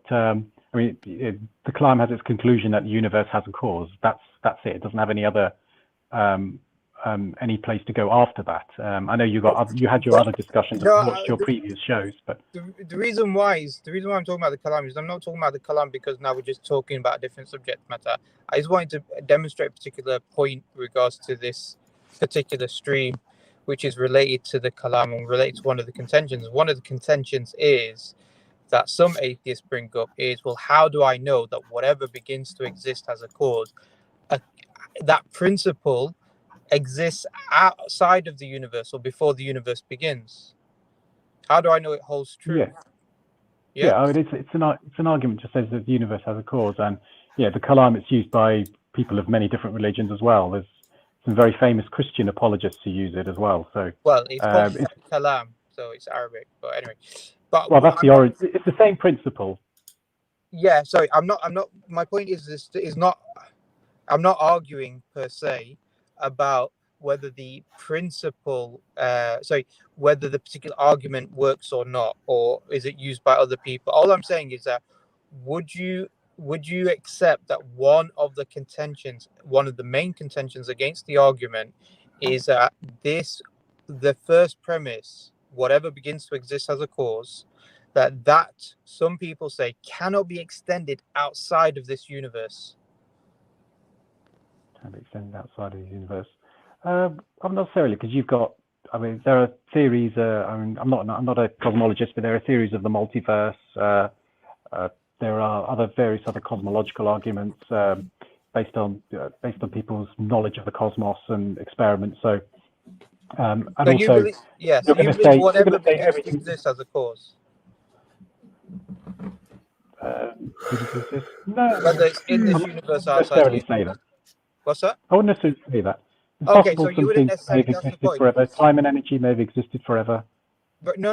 It's not about what exists forever. It's whatever begins to exist. So it doesn't really deal with things that have always existed. It just deals with things that begin to exist. And one of the key contentions against belief in a creator is to say that how do we know the laws of logic hold true outside of this universe? I mean, outside of this universe, we don't know, because all our basically our entire mechanism for finding all our entire mechanism of science, of science is just within this realm of this universe. So Right. Talking about So here we've got a contention. Yeah. Now all of our, experience, knowledge, even the fact that we need these types of fundamental logical principles as axioms for rational thinking, all of these things are necessary. Yet an atheist might come out and say, yeah, but how do I know it's true outside of this universe? Now in that situation, wouldn't it be correct for this atheist to say, well, look, I've got all this track of evidence that leads me to the understanding that there is a necessary being, some sort of thing that exists as a necessity.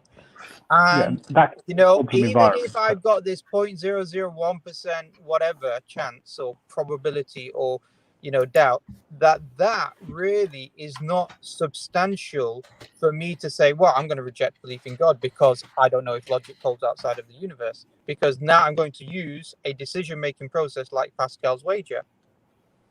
No, but you could have a quantum environment as the as this necessary existence, and then even if you do somehow make a jump to deism, there's a huge jump from deism to theism, and then it's a case of another massive jump to which particular theism, whichever religion it is. Hassan, at the moment we're not really talking about specific religion. We're talking about whether it is reasonable on a decision-making process to say, actually, yes, I should adopt at the very least premise that there is a God exists, and that the contention against it would not be sufficient for me to bet and wager my whole of my potential afterlife, and that this will be the first step for me to investigate further. It's not the final step. We should investigate. We should investigate further, but this it's still the chances are still tiny. From what I can see. Hold prove that there is you need to convince somebody there is a God, and then you've got to go from there to. But I'm saying, Hassan, which particular one? So. No. But I'm saying, Hassan, just on this point about whether a God exists. If a person, he says, he's an atheist, and he says, the reason why I don't believe in God, and the reason why I don't believe that, as an example, the Kalam cosmological argument doesn't work, is because I believe that the laws of logic cannot be extended outside of this universe. Now, in that situation, you would say, well, you know what? It's more reasonable for him to believe than not to believe. There's more, this decision-making process would push us towards accepting the belief in a God in this situation than the position of rejecting belief in the God because he's trying to claim some sort of special pleading idea that outside of the universe, the laws of logic do not hold.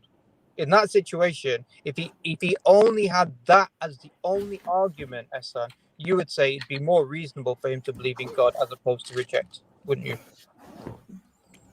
I mean, if you think that, then you'd have to conclude that the cause of the universe was a necessary being, and then you'd have to move on to the next stage of. Yeah, that's fine. Yeah. But all I'm saying is that because I come across a lot of atheists who try to argue for whenever they criticize maybe like the Kalam cosmological argument, they try to say to me that it's reasonable and it's rational to believe that there is.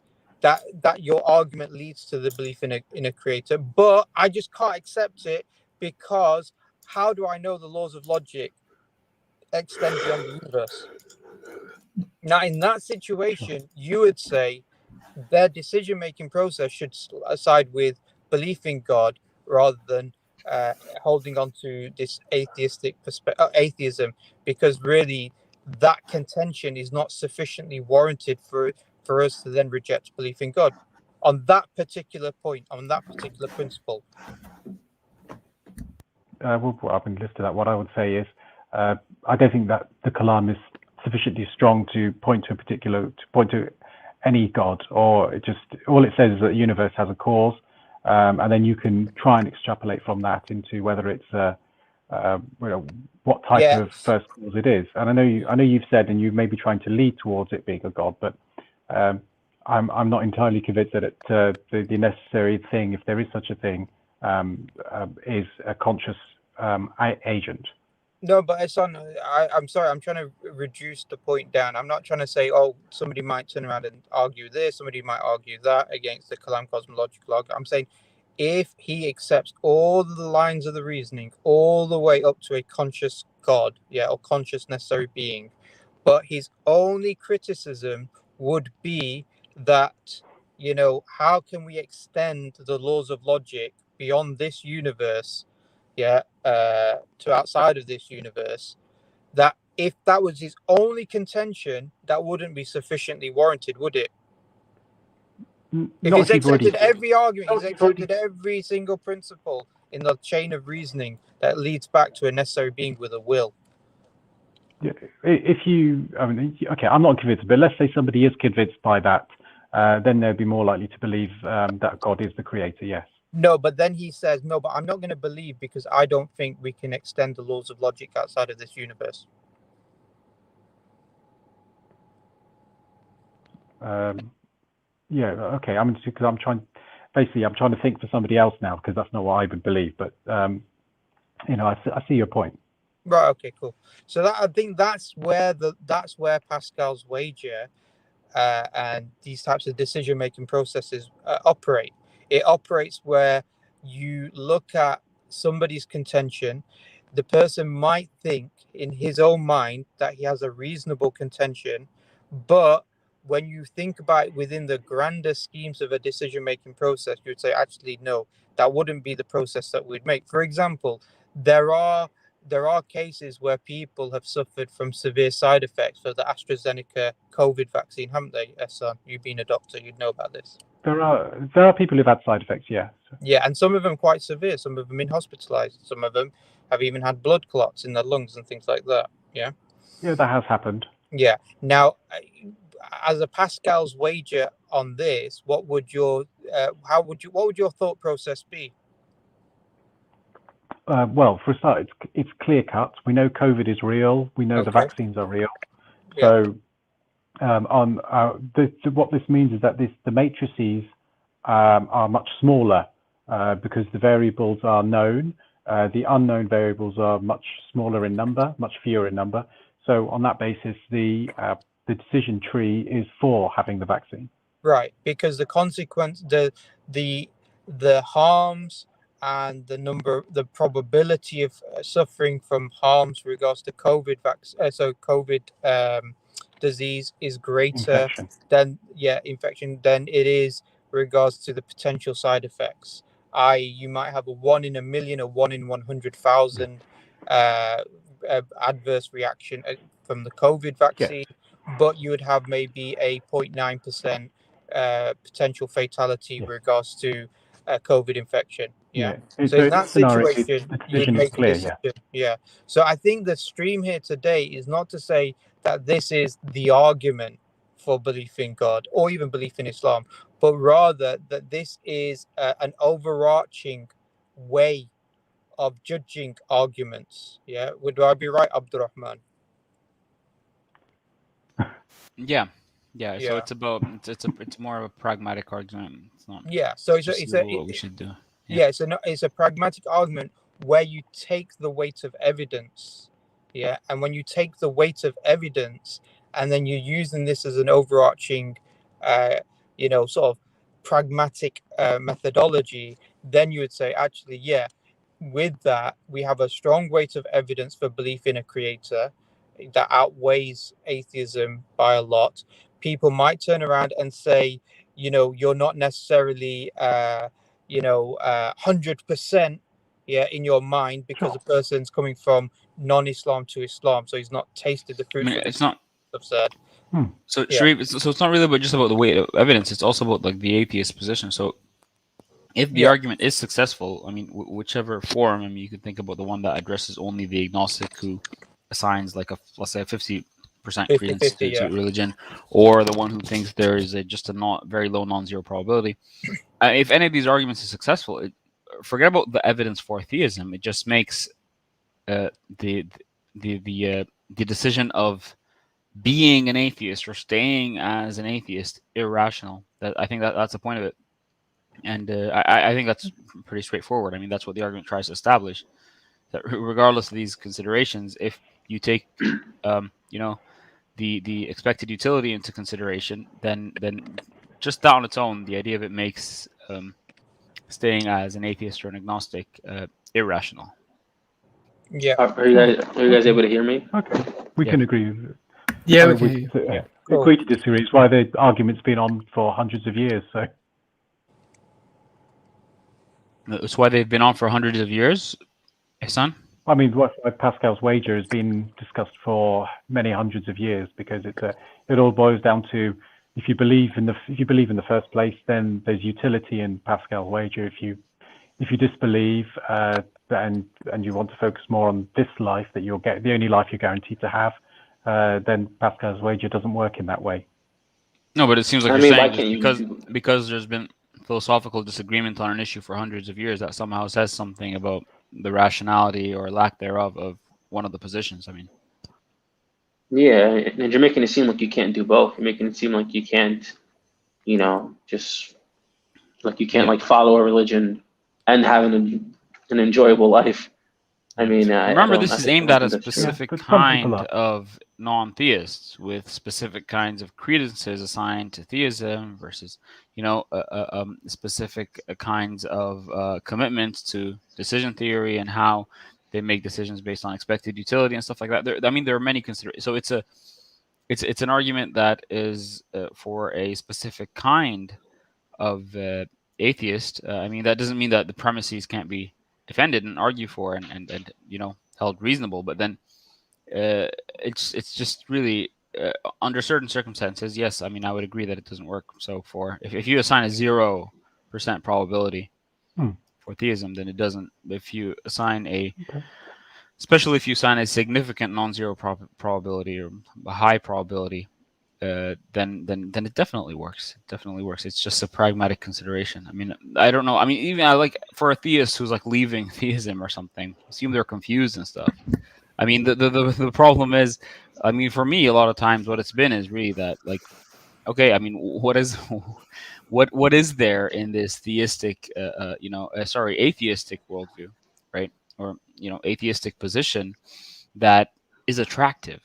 I was literally about to ask that, Abdul. Yeah, it's a very uninteresting position. Like everything you do, Ihsan, we have multiple interpretations. Yeah, no, that's not the point. The point is, So the idea here is that if you are confused, indeed, the issue is the logic here is that don't go for the one that actually, from our perspective, destroys like the foundations of meaning and purpose, and make the world uninteresting, and make have certain repercussions that we wouldn't like. What is there on the atheistic worldview that's attractive? What can you do that I can't? Drink? Seriously. The thing is, however you can live a good life, I can't. What a good life is, we're going to disagree on that. But even theists who have certain weaknesses and stuff like that, well, they sin. They don't have to completely leave the faith to get that temporary hedonistic enjoyment that you do. The point is that really, what is there for atheism to offer? Everything that you can do on your atheistic worldview, whether that's like well-being, because we have empirical evidence that religious societies and religious persons do experience higher degrees of like life expectancy and well-being and happiness in relationships and stuff like that. Than atheists, that's empirical evidence that you should take seriously. And whether it's anything else, like taking science seriously and being a scientist, I can do all of that as community. What? Yeah, can I? About part of the community. I'm just gonna say. What? Sorry, I just want to hear what Ihsan's saying. I know. I'm just saying goodbye because I'm really tired. Oh, you're going back to sleep. Okay. I need to go to sleep because I'm struggling to stay awake. But yeah, it was nice to speak to you again, son. And brothers, assalamu alaikum. Sorry, I can't stay. I'm dying. Good night, bro. Take care, Peace. bro. Assalamu alaikum wa rahmatullah. So, Ihsan, what were you saying about community? Something about community? Yeah, absolutely. We just talk about those studies. A lot of them show that the benefit from the theistic lifestyle is from being in a community, because there's a lot of studies that show it's being isolated and lonely, which causes No, not all of them. Yeah, but yeah, of course. So that's a benefit religion gives you that atheism is not really likely to give But, you. Maybe it's you know, religion. anyway, Maybe atheism is going to evolve, and then a lot of couple those hundred years. studies were done on church people in America. So No. So you know, those studies are not just about community. There's also about psychological states of belief and you know what is more likely to lead to happiness and sustainable relationships and life expectancy and stuff like that. It's not just the communal aspects that we're taking into consideration. So there's a lot of things. I'm just saying that if somebody's in the middle, really, there's no reason your side has anything to offer that would I think make a person tilt to one way. Ihsan, I know you've heard this before, but atheists say this all the time. You only believe in God or a religion because it makes you feel better. And now is an example where like religion actually does have value. I mean, a lot of atheists, you know, like, if they do say this, so it's not even. I mean, now it just seems like now it's like, well, no, it actually doesn't have value. Well, I mean, like, what were you guys arguing for like 20, 30 years? I appreciate the community effect that being in a religion brings. Yeah. What about belief in the afterlife? What about belief in like in seeing your dead children again, or like your dead parents again? I mean, you don't think that has value? You know, I admit it would be uplifting. It would be. I mean, I think it would. But that doesn't necessarily make it true. Yeah, I know, but this is a pragmatic argument. We're talking about somebody who's in the middle, somebody who's undecided. There's psychological. You're even more likely to be a good person, son. So I mean, if you're talking about the community, and there's evidence for all of this. So yeah. So I just again, so for that person, I think even you should say, well, the reasonable thing to do is clearly just believe in God. I mean, commit to theism. If that person has the epistemic capacity. Well. Yeah, it's sad that you won't, but considering you seem like the kind of guy who wants good for people, I think you should say that, at least in this situation where a person is kind of like in the middle, not very convinced why one way or another, and sees that there's epistemic permissiveness both ways. I think not just considering the expected utility in the hereafter, considering what I just said right now about, you know, living a well life here on this earth. Not that atheists can't live a good life. I mean, that's not what I'm saying. I'm just saying, given the empirical evidence we have, or the benefit of religion and its impact on people's well-being and happiness, both on the level of the individual and the community, then I think if someone's ever confused, Ihsan, just, you know, tell them to stay a theist. So yeah, it was good talking to you, Ihsan. Anyway, it was good talking to you, Ihsan. Nice talking to you too. Take care. Take care. I think Sanad has been waiting for quite a while. Hi guys. Hey. Salam alaikum. Walaikum salam. How are you? Alhamdulillah. Alhamdulillah. I've been listening to this guy Ihsan for quite some time, and I don't understand why you guys allocate him so much time to bring up, you know, his pathetic points. I just don't understand that. He's a fan. He's a big fan. That's why. Well, there's no bigger fan than me, actually. I've seen all of your podcasts. And, every single one of them. Do you imagine? No, it's not like clips or whatever, like the whole things. All of them. Hey, so, I am the number one fan. I am the number one fan, not you. No, I do miss Jake. I do miss Jake, though. Jake he'll be back soon, back soon, man. Jake will be coming back soon, inshallah. He's been away. He's been in Morocco, so he had like walima that he had to organize there for himself, alhamdulillah. So, you know, so he's there. Well, that's good. I hope you. He's been there for 4 weeks. But just as about Ihsan, he's a pleasant enough person. I know we disagree a lot, and he does come out with various arguments and criticisms that we strongly disagree with, but He's a good sounding board. He's a good way to express the arguments and the ideas with him. I think maybe he's committed and wedded to his particular position. And so therefore he's always looking for an argument against theism. But I think even in the discussion we just had with him, he sort of agreed that, you know, in the decision-making process, it would be best to adopt theism if you're 50-50, or if you have a contention which may not be fully, you know, rigorous against one of the arguments for the belief in a creator. And he sort of seemed to come to the conclusion that, you know, it would be correct in that case to maybe use this type of approach. I don't really like using Pascal's wager. I never use Pascal's wager, but yeah, but alhamdulillah. I can see I can see some benefit in it, because when I was reading God Delusion by Richard Dawkins, and when I saw him in that No Intelligence Allowed documentary too, he didn't say 100%, you know, there's no God or anything like that. He actually does assign percentages. Even he is not sure about it, you know. So even a person like that can be maybe talked to about this way. I can see the benefit as like a kind of like a stepping stone.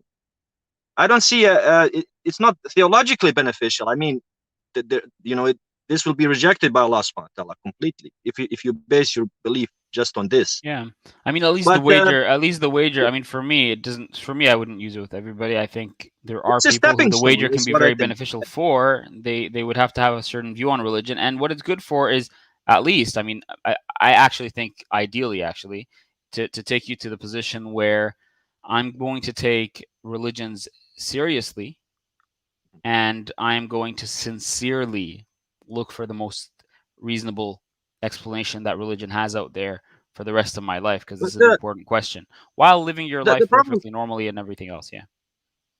The problem with this thing is, I think that most of them don't actually do proper analysis to actually, you know, epistemologically, you know, weigh all the options, and they don't go far enough to actually be able in a position to assign the percentages, you know, on any kind of a what do you call it, you know, to give it proper statistics or a bell curve or whatever, you know. They are not able to do that unless they go properly through years and years of analysis.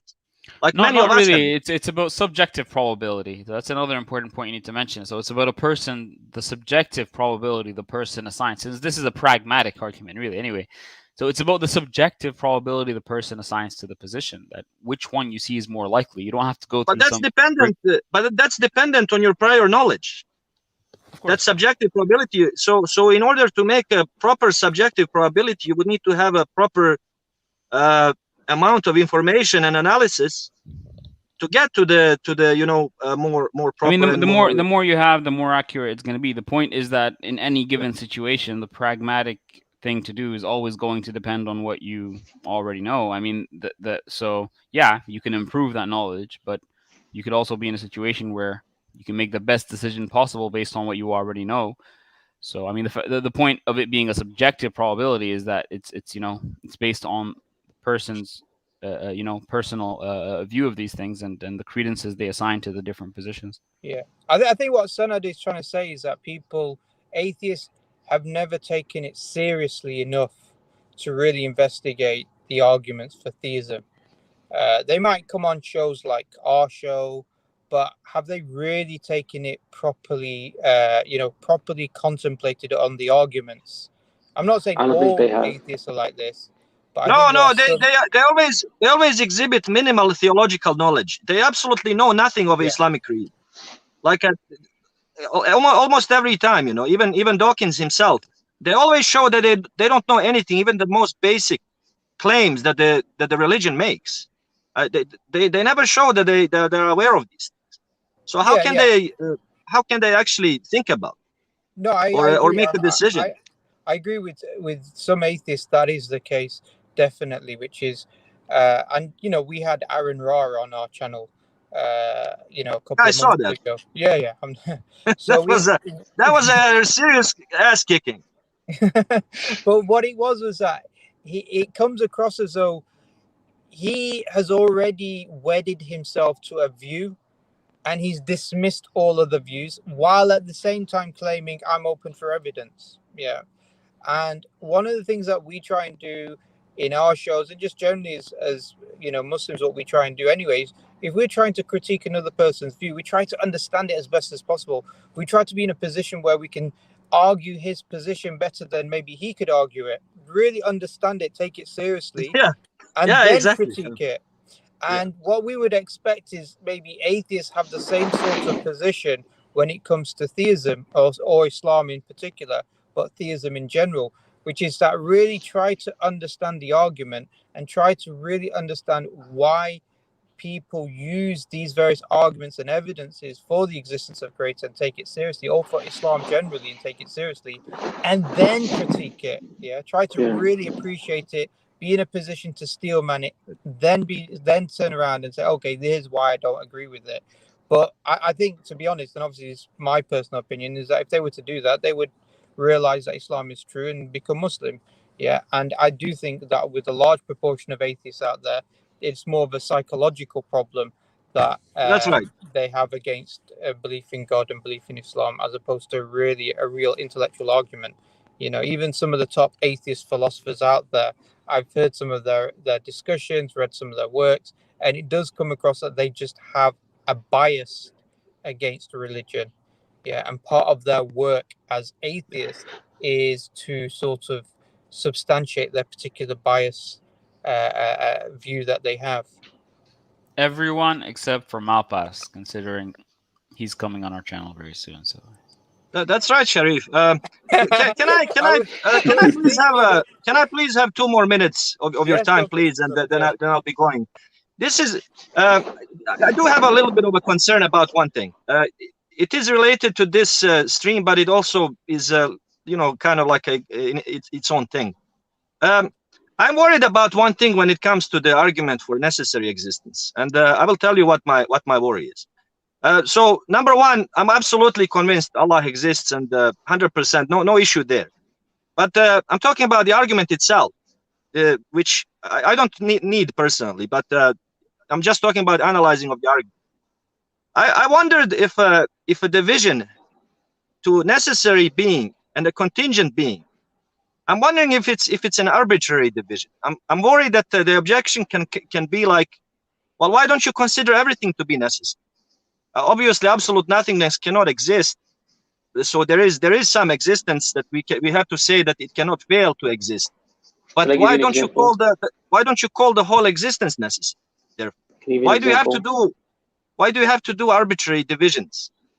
Saying like, okay, a person is a contingent being, whatever, atomic structure could be a contingent being. Okay, but why are you giving these arbitrary divisions if it could be seen as one existence? The whole thing could be seen as just one existence, and yet these manifest parts could be just some kind of representation of something else that's not contingent upon any.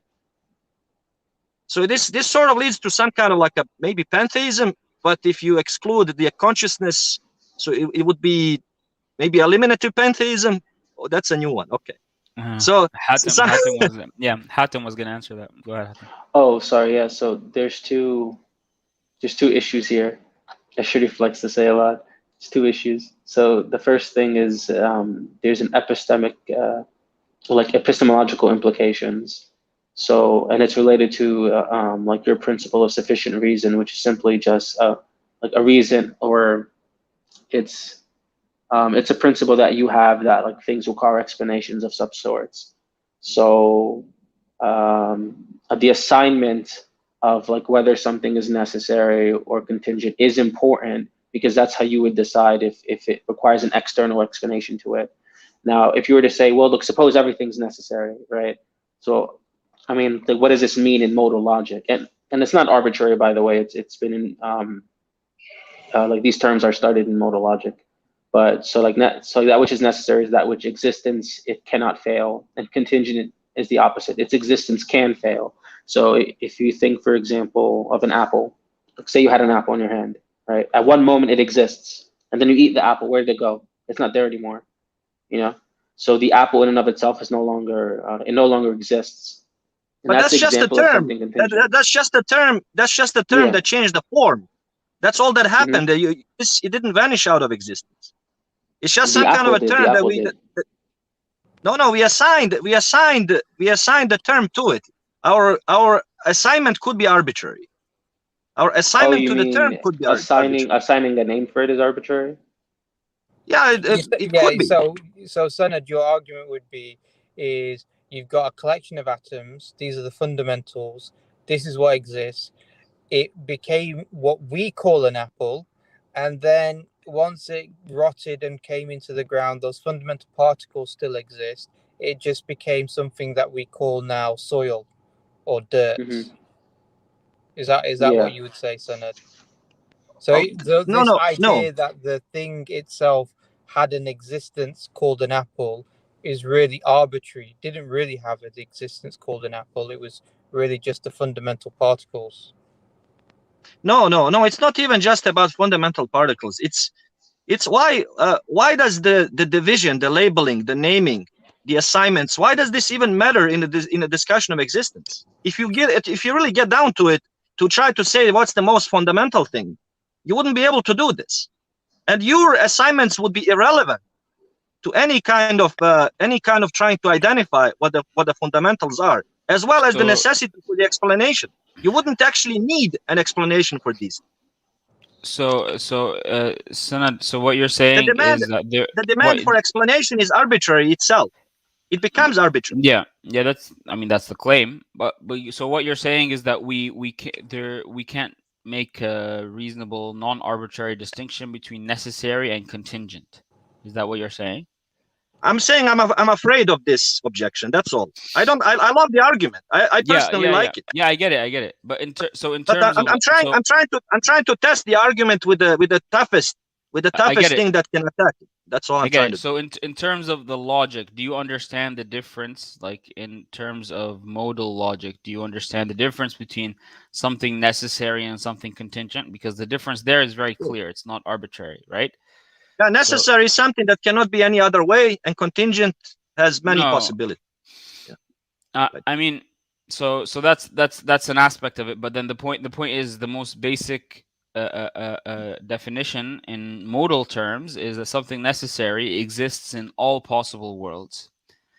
And what that means basically is that there couldn't be a state of existence, or the world couldn't exist in any way where these necessary things didn't exist. So for example, it could be like a necessary propositions, like mathematical truths. So 1 + 1 = 2 is necessary in all possible worlds. But the grass being green, right, is not necessary in all possible. Yeah.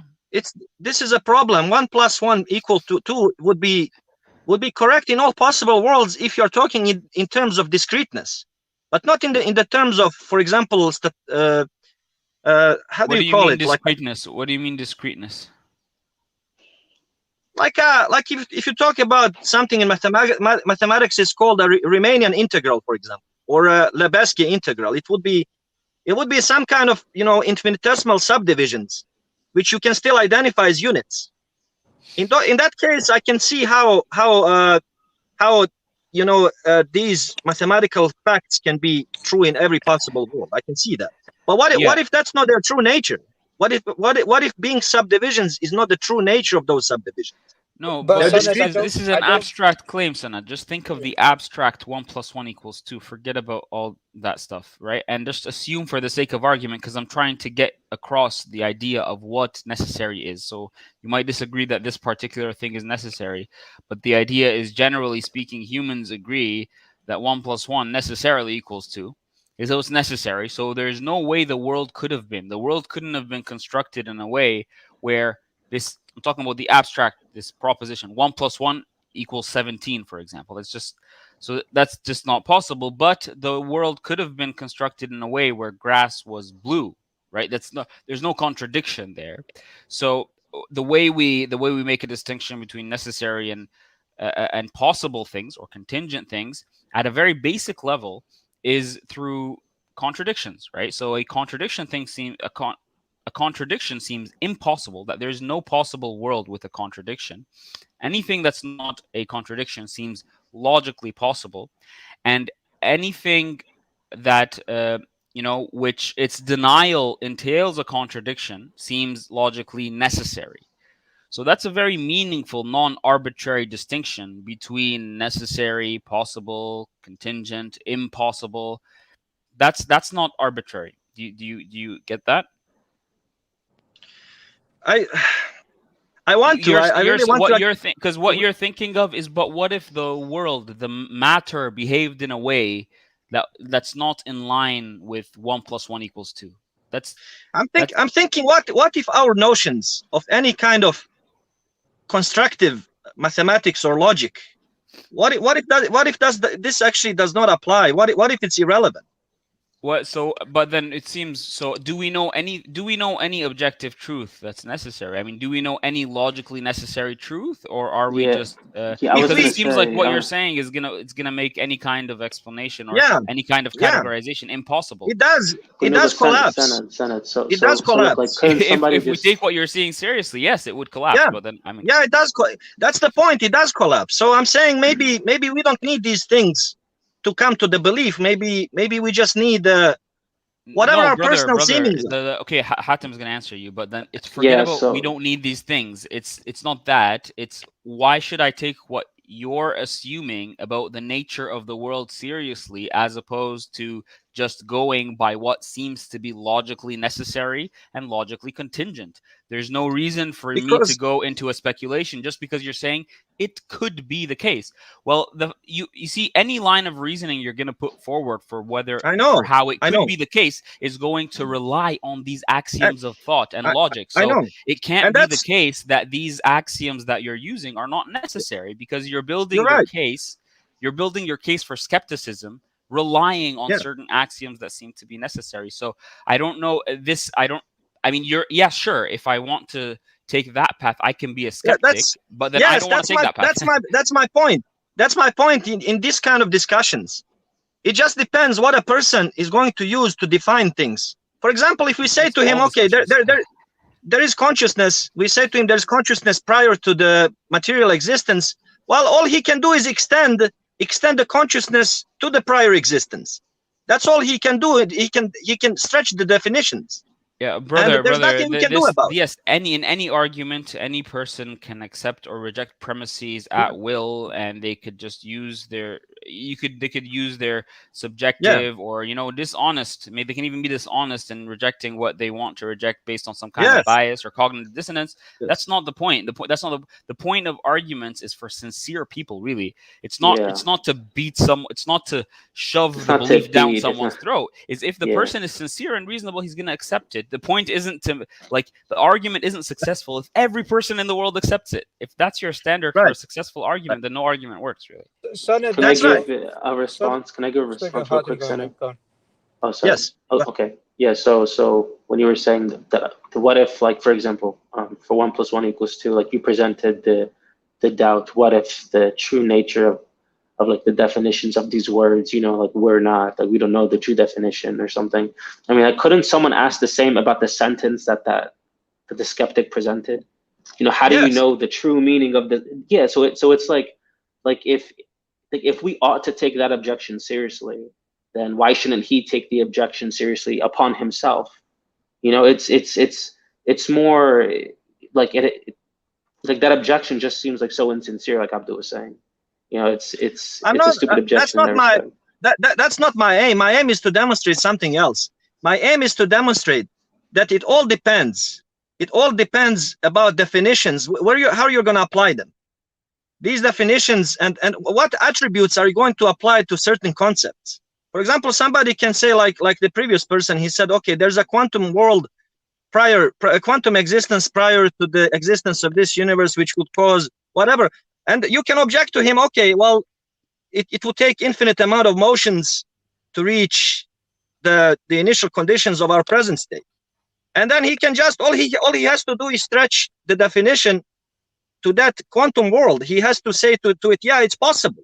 All he did was assign attribute to it from his own mind. Yeah, but So in what's order the to problem there? reject to Hassan, reject all the you're argument. saying is that the person isn't convinced and he's gonna be coming up with new objections. Fine, Yes. okay, have a good day, Yes. bye bye. Yes.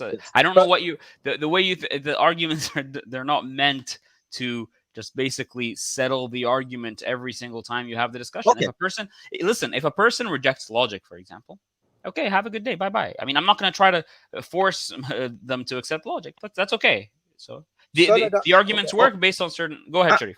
I'm saying these. I'm just trying I'm to saying these understand. arguments are not conclusive in on them in and of themselves. That's all I'm saying.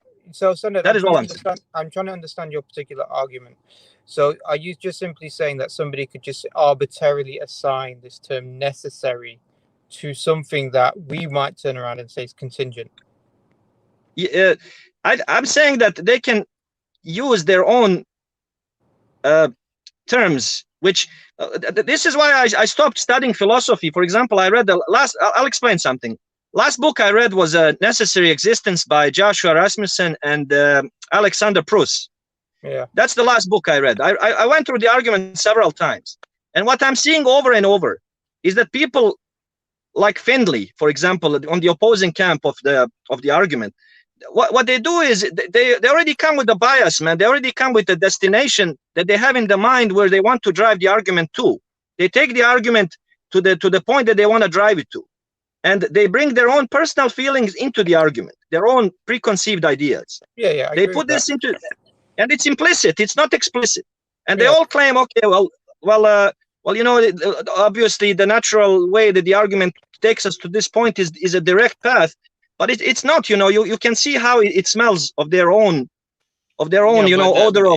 But that doesn't mean it's inconclusive, Sanad. I mean, you're saying it. So on what basis do we determine something is conclusive or inconclusive? So say science, for example, if someone brings me a very well-founded, established theory of scientific theory, all the evidence in the world you can imagine, it's all there.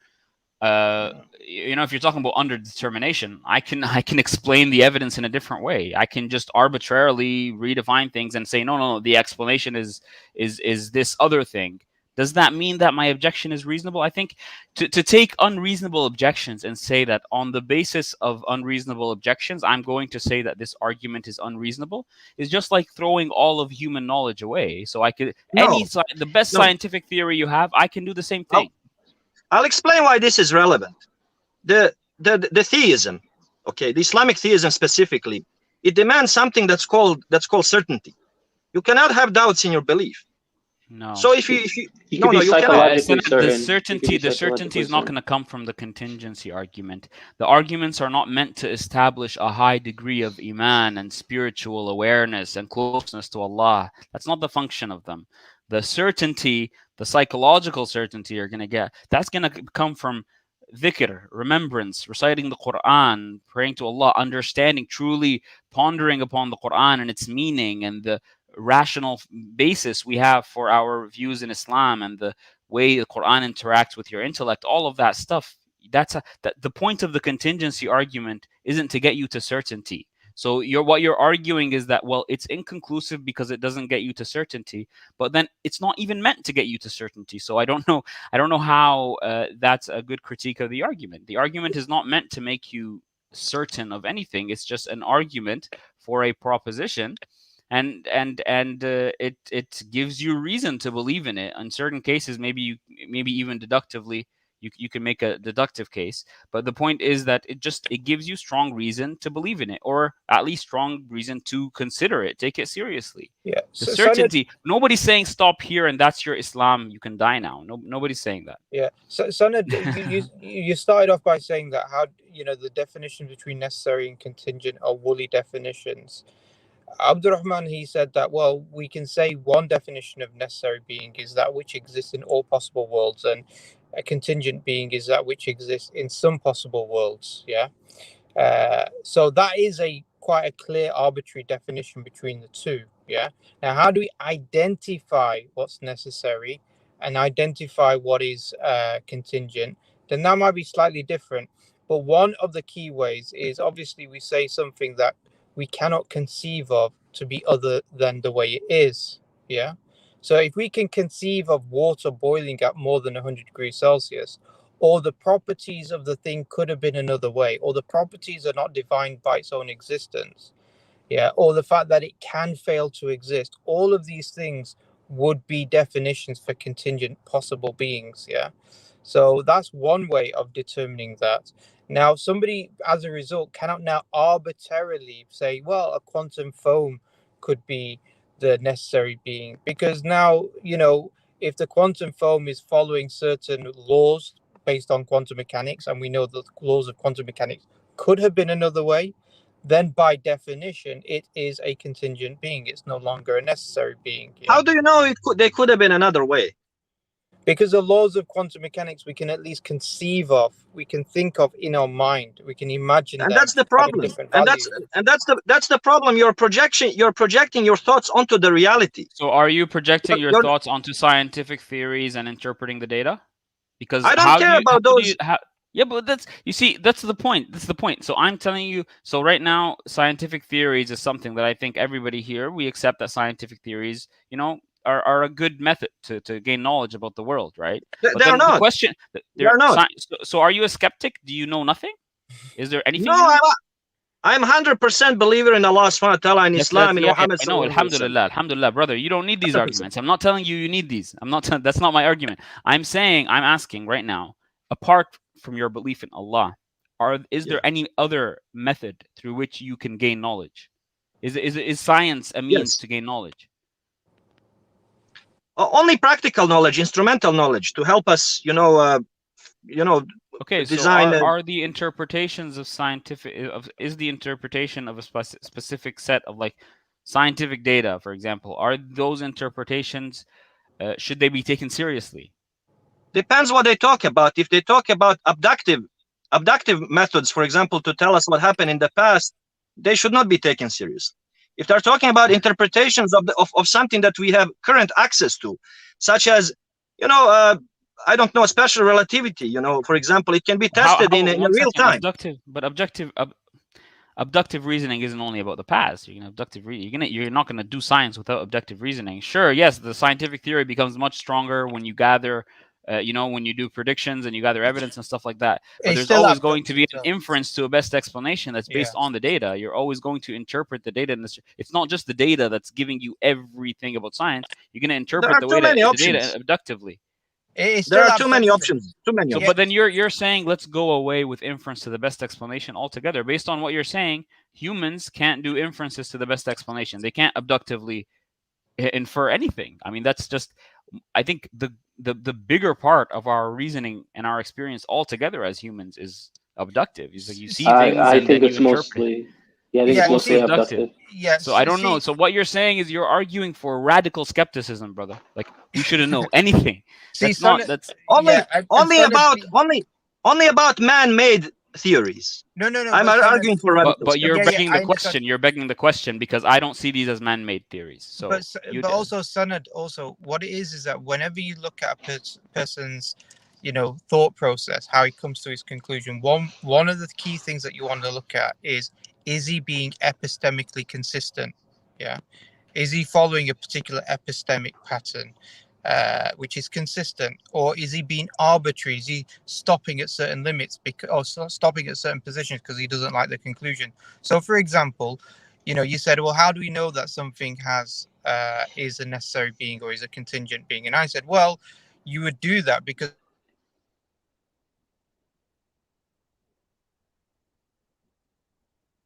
Can you hear me?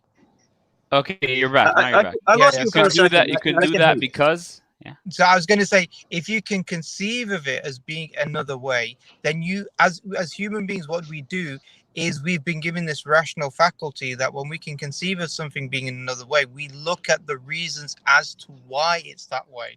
Yeah, that's the rational process. That's the mind. That's the akal that we've been given. Yeah. Now, if I can conceive, for example, if I go outside my house and I see a snowman, yeah, somebody making a man out of the snow, yeah, we call it snowman in the UK. I don't know if you call that in Bosnia where you're from, or I assume you're Bosnian, brother Sanad. I'm Bosnian, yes. Yes, yeah, I could tell from the name, alhamdulillah. So, if I come out of my house and I see this, then I know the snow could have been another way. So rationally, I'm going to ask the question, not, well, it's necessary and has no way of me not knowing whether it's necessary. No, I'm going to say no. There's an explanation behind why the snow has turned into this figure of a man as opposed to just lying there on my grass. Yeah. So I'm going to look for an explanation. That's our rational faculty.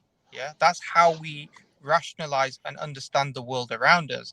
Now, using that same consistent basis, I'm going to look for other explanations when I identify that something could have been another way. Yeah. And that's what I'm going to call contingent.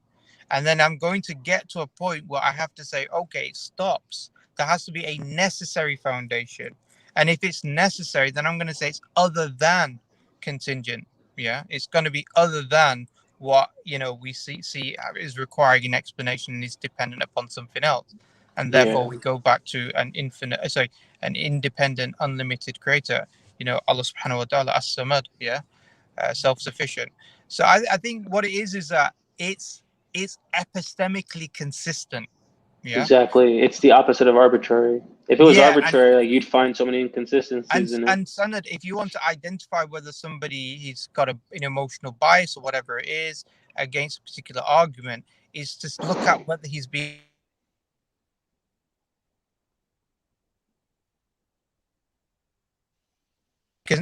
being consistent epistemically.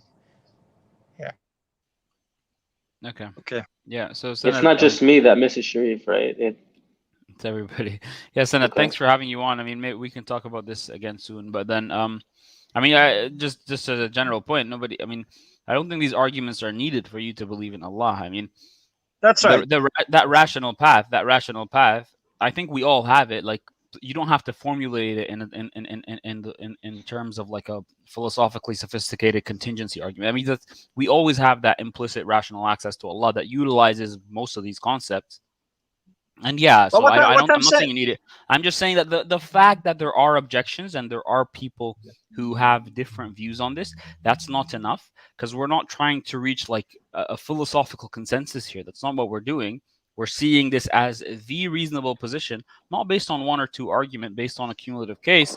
And on that basis, we think that some of these arguments give very good reasons for people to believe or consider beliefs. They still have a lot of work to do. There's still a lot of work to do from there on. So the arguments have their usefulness. They're not for everybody. But just the mere fact of philosophical disagreement is just, it's irrelevant. I mean, there's disagreement about everything. So obviously disagreement in philosophy is much more significant, but I don't really care about that. I care about the rationale behind it. Just 1 point. Okay, just one more point, and I'll be leaving, I promise. Yeah. The reason why I'm so anti these arguments, I've reached a position where I'm finding them completely unnecessary. And I don't see any utility anymore. The reason for that is because I have expended so much energy on this. And you have to understand, I'm thinking about that stuff for possibly 18 years now, 18 to 19 years in my head, constantly struggling, trying to give some kind of where I can actually not reject, but where I can eliminate any kind of objection. And I haven't been able to do that. And because of that, your standard, your bar is way too. You don't need to do that. It just needs to be a reasonable argument. There can be objections to it that you don't know about, that you don't have answers to. There's always going to be more objections, but that's. Yeah. But I mean, anyway, the point is that it's not really meant to be the way you're portraying it here. And there is utility. I mean, if you know Brother Khalilullah with his channel, I saw. Yeah, he accepted. Yes, he accepted Islam through mainly this argument. So, of course, but that's why I'm worried. That's why I'm a little bit worried about him when he has these discussions. If this is his basis for Islam, so when he has these discussions in the future, and if somebody shakes him on this, somebody really shakes him. More. That's what I'm telling you. You need more. It's not enough. Then what's he going to do? What's he going to do if he's really shaken the way that we did it today? He needs more, and he's reading, he's learning, he's been improving. It's not just contingency argument, like premise, conclusion. That's all I know. That's all I have to build my worldview on. And then you're gonna ask me a question about some random aspect of Islam, and then I'm going to have to refer back to the contingency argument. No, there's much more. It's just one argument. That's. You also said, look, you have to keep in mind that you can't take every objection seriously. So just a practical example. Let's say that Like you're trying to build a case against a criminal, and there's all this evidence that the criminal is guilty. There's like DNA evidence. There's, I don't know, like fingerprints on a murder weapon, all this stuff. And then somebody says, well, it's not possible. Like it's possible that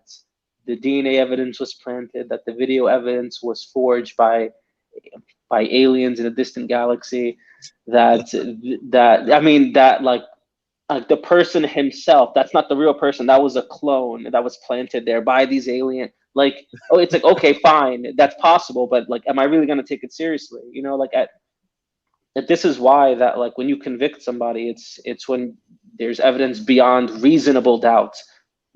It's not evidence beyond all possible doubt, because you can possibly think of anything, you know. So you just keep that in mind, inshallah. Yeah. And Sanad, until next time. thanks. Good talking to you, and inshallah we talk again soon. Take care. Thank you so much. Salam alaikum, and say salam to Jake. Wa alaikum salam. Inshallah. So,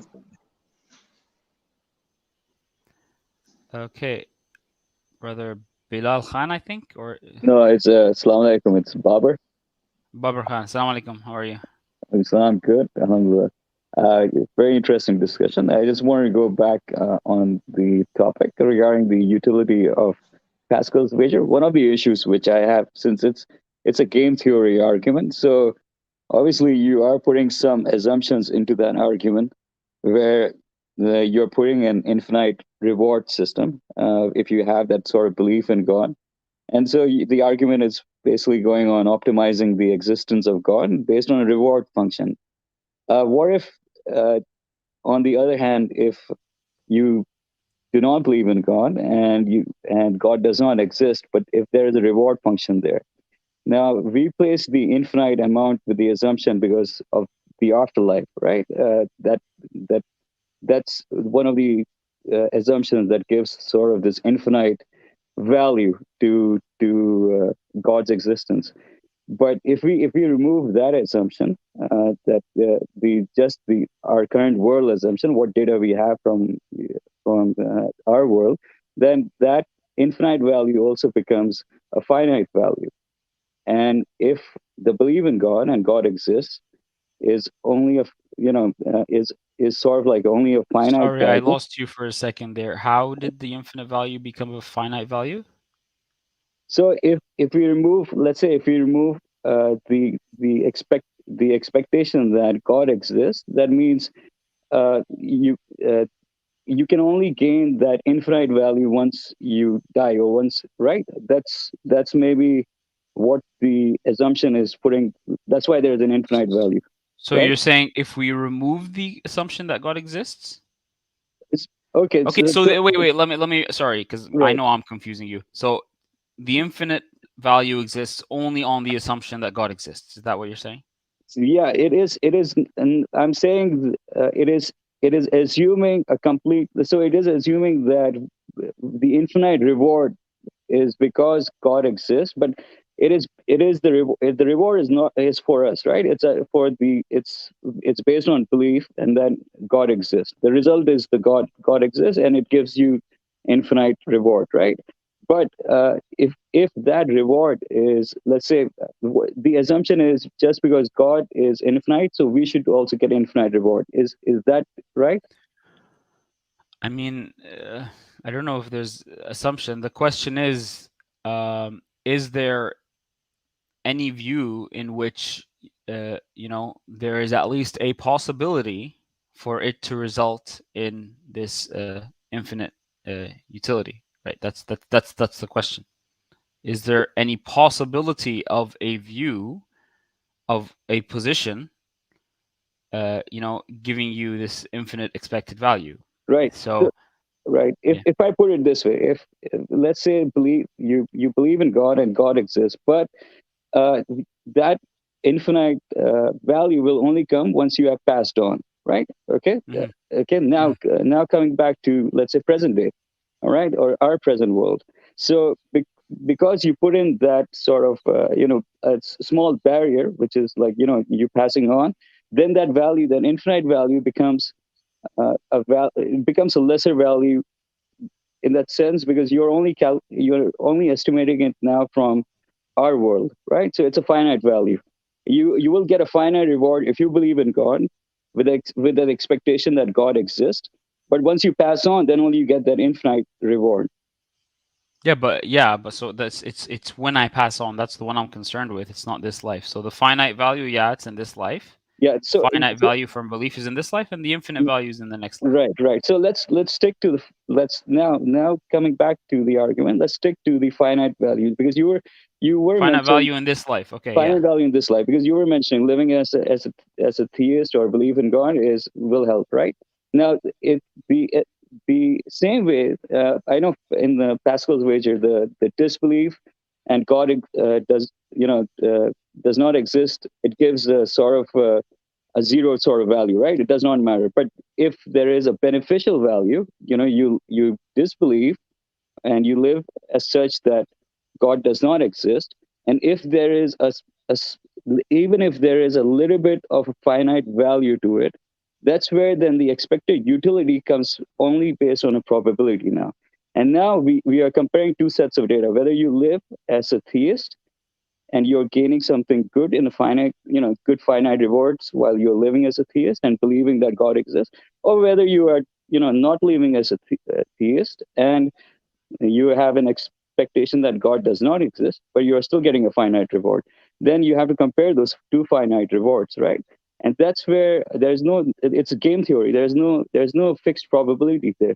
The data will always be I incomplete. mean, so the finite value, okay, even you can even give that one to the atheist. I mean, even though again, I said we have empirical evidence that religiosity improves well-being in this life, but then even if you give that one to the atheist, it's not really tackling the crux of the argument. The crux of the argument is concerned with the afterlife. So I don't know if we're gonna rule out the afterlife and focus just on this one, then yeah, maybe someone can make a case that the empirical evidence should point us to the fact that religiosity does lead to a better finite utility or more finite utility, higher finite utility, and we should take that. Or maybe the atheists will disagree, but then it just becomes inconsequential to the actual argument, because the actual argument is going to take into consideration the ultimate outcome.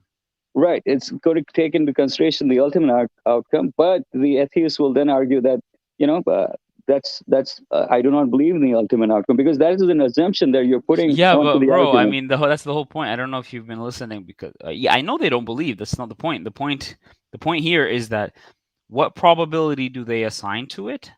Correct. And juxtaposing that with the expected utility, hypothetically, on this theory, what decisions should they make? It's not that if they already believe in it, then we don't need to be talking about this. The point is they don't believe in it. That's the point. Yeah. Right. But when you say expected utility, right? So I do understand the expected utility is with the assumption of a life which is beyond our current life, right?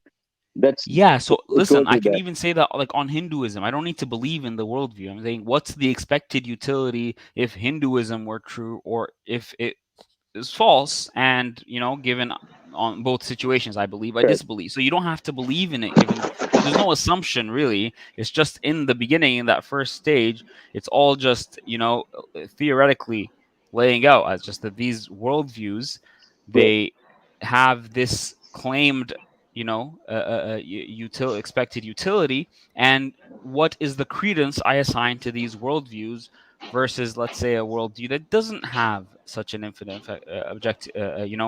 expected utility. And right now, is there a decision to make?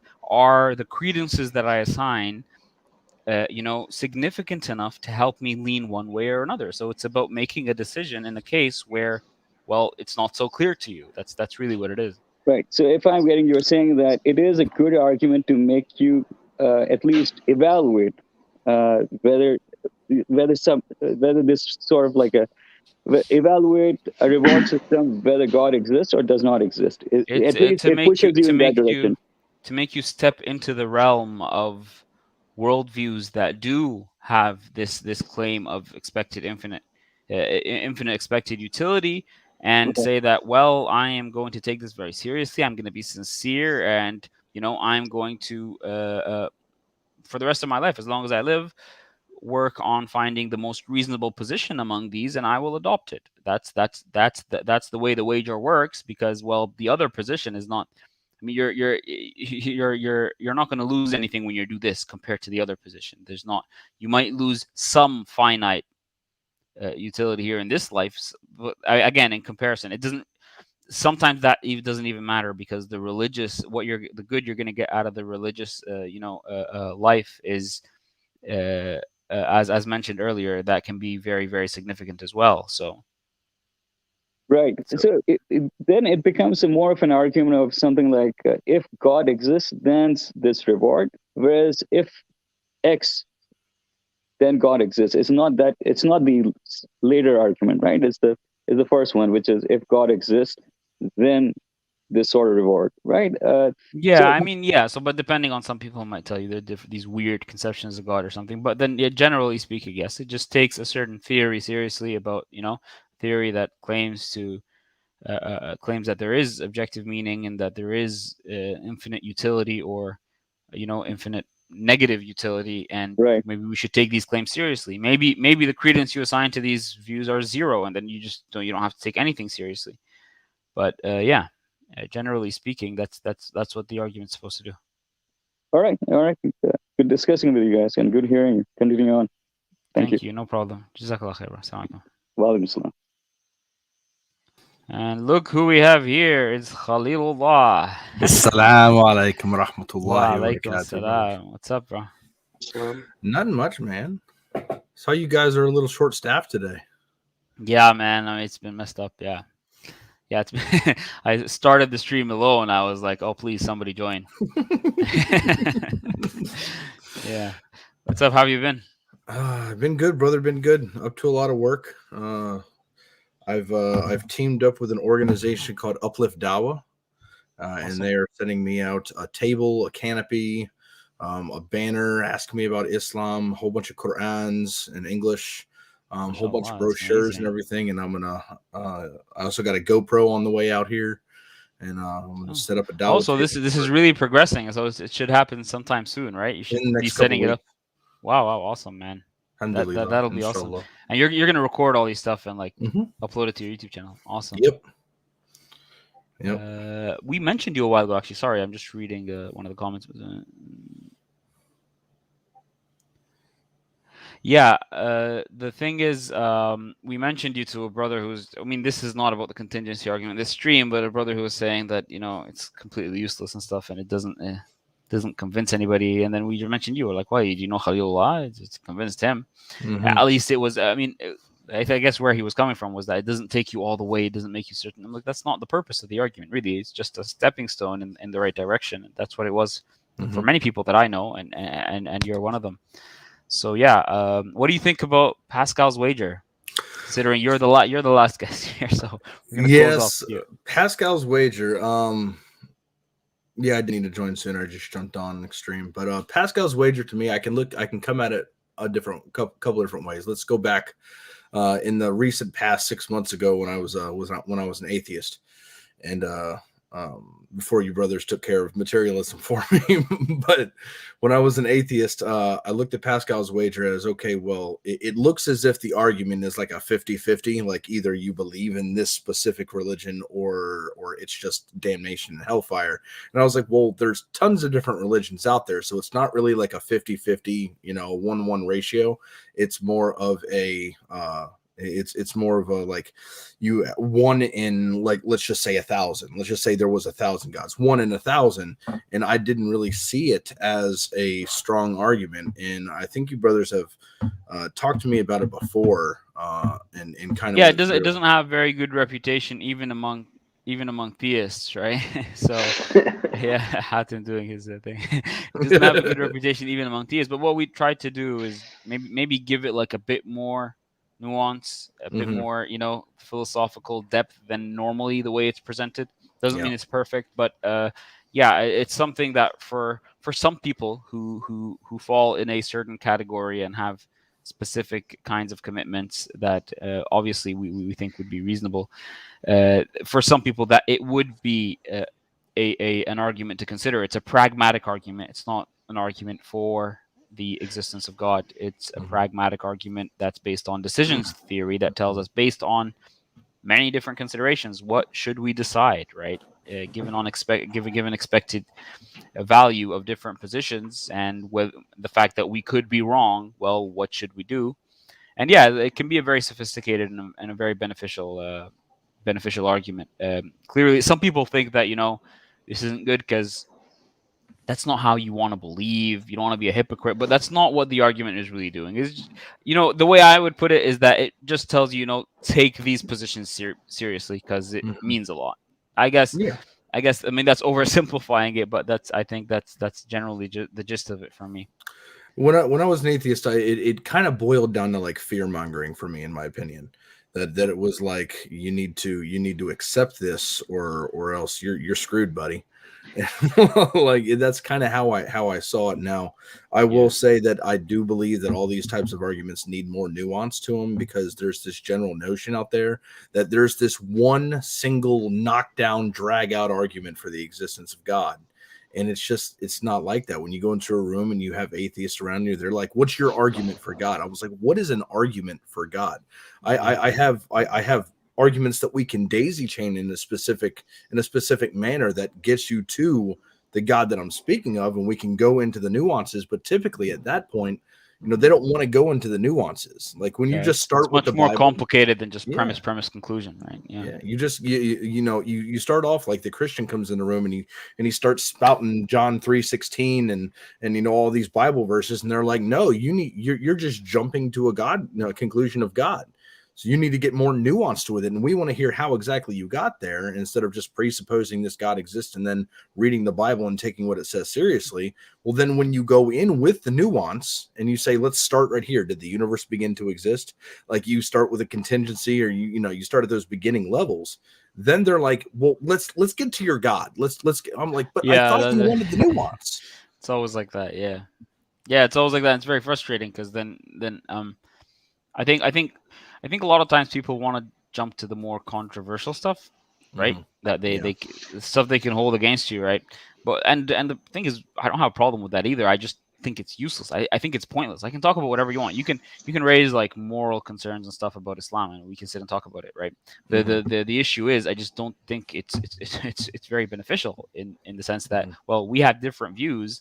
Let's try to build an understanding, based on a particular common ground we have, like logic, reason. Normally starts with epistemology. Exactly. And let's try to see where we can build and maybe get to these other stuff. And we can discuss those other stuff in a vacuum too, don't get me wrong, but most of the time the questions about these things happen in the form of like a debate, or like a polemical approach to take you down in an argument and stuff like that. It's normally not very useful. And also a lot of times, because I mean this has happened a lot in our circles, and you guys would know this, that a lot of the guys really don't really know what it is to argue for a position. They're like, so you'll see, provide a certain argument for the existence of God, and then you describe certain characteristics, God, the oneness of God and different properties. Let's say you're arguing rationally for this particular conception of God, and they're like, well, this is not evidence for Islam. Now that's just silly, because clearly if the Islamic conception of God is very specific, and this series of arguments, or this cumulative case, is in line with what the Islam is teaching, and we arrived at that rationally, and then Scripture is in line with it, then that's some kind of evidence. It's not knockdown evidence. That's not all you need to do. But the point is that it is evidence. And honestly speaking, most of the time when people say they want to, the guys, I think you know the guys I'm talking about, the guys in our circles who say that no, they want to talk about more specific aspects, like why you believe the Quran is the word of God. I'm happy to talk about that, and we discussed it before with those guys several times. They just need to understand certain things. That, listen, so if you're coming from a naturalistic perspective, if you have this naturalistic paradigm, and I tell you that, well, the Quran is the word of God because X, Y, Z, and you don't want me to start with the basics and deconstruct your epistemology and give you my reasons for belief and how I make these inferences. You don't want that. You just want simply just a case, an isolated case of why the Quran is from God, for example. And I give you a very simple argument. At least you need to expect and realize that this is not going to be an argument that's trying to convince you. This is just, oh, this is the way I reason, and it's based on a lot of background knowledge and a lot of commitments that I already have that we can speak about, but you don't want to speak about that. So this is just going to be an argument in a vacuum, and I'm happy to give it to you. But then that's not what they want, because their immediate response is going to be like, well, that's not evidence that the Quran is the word of... Well, clearly, in a vacuum, it isn't, because you have certain... And, you know, it's very frustrating, because you have to keep going back and forth with sometimes a lot of people who don't really know how these things work, and how they just want to assess arguments in a vacuum, right? That, yeah. You know, I remember they asked me that question once, you know, and they were expecting just like a single argument, and instead I mentioned the approach that like we would take instead. So it's like, look, like when you're trying to build a case, what you have to do is, you know, like you'd have to appeal to your experiences in some way. So you'd have to draw from there, and you see like for example, Hamza from Hamza's Den, he makes a really good case from the process of elimination, where he says, look, well, I mean, Prophet Muhammad, peace be upon him, is either a liar, he was let's say he was like delusional or something, or he's like a genuine prophet. You know, like those are really the only three options. So it's a trichotomy. And then you would, but like what do we know about liars? You know, like what do we know about like delusional people? We look to our experiences in the past and then like we'd assess like what we know from the history to see if those fit, and they don't fit. So the process of elimination, we strike them down, you know, and then like what you're left with, it's the only option that's left that's reasonable, you know. So like he goes more. But oh man. Yeah, but sorry. keep in mind, Hatim, that's very good. But then keep in mind, so for the philosophical naturalist, right? Or exactly. Like, they don't care even about like that. the hardcore, like he doesn't have to be a philosophical naturalist, but the hardcore, like you know, atheist is going to be like, well, okay, I mean, okay, fine, cool, but then it's like, it's just so lame, dude. I mean, that's your evidence. I mean, he's expecting something like this certain YouTuber always says, that, well, evidence for God would be easy. It would be something like, every time you ask for a gold brick, you get a gold brick, right? They're looking for that. They're looking for that. I would just think there's a gold brick machine just giving me bricks. Yeah. Like invisible so the point is, gold if I'm brick. talking to someone like that, imagine I'm talking to someone like that who thinks that, you know, evidence for God should be in the form of just, you know, getting a gold brick every time you ask for a gold brick, and I tell him, hey, look, you know, process of elimination, was he a liar? Imagine telling that guy that. I mean, they won't. He's thinking of putting God under a microscope, and you're talking about the process of elimination. Yeah, exactly. So, It's because like as you said, you know, like they don't have experience with like Islam, you know, like they would have Christianity, let's say. So it's like, I mean, like they don't know about the Sirah, you know, like where I'm sure as children, just growing up, we learn all about the Sirah of the Prophet Muhammad sallallahu alaihi wasallam, and we know of the events that took place and all that. So yeah, anyway, sorry, like my exactly. Yeah, there's a lot of background knowledge that goes into it. No, yeah, that's good. So yeah, so guys, I don't know. So we're 3 of us are ending here. This is like the most unexpected ending to the TAP show with the 3 of us. This is cool. This is a moment of history. So yeah, so I want you guys to give your last words, guys. Don't forget, check out Justin's channel, support him, and he has this new project with what's it called again? Justin, just put all that. Yeah, so I revamped the show. It's no longer the EA show. I'm sticking with the EA, just not to confuse people. It's called EA Dawa.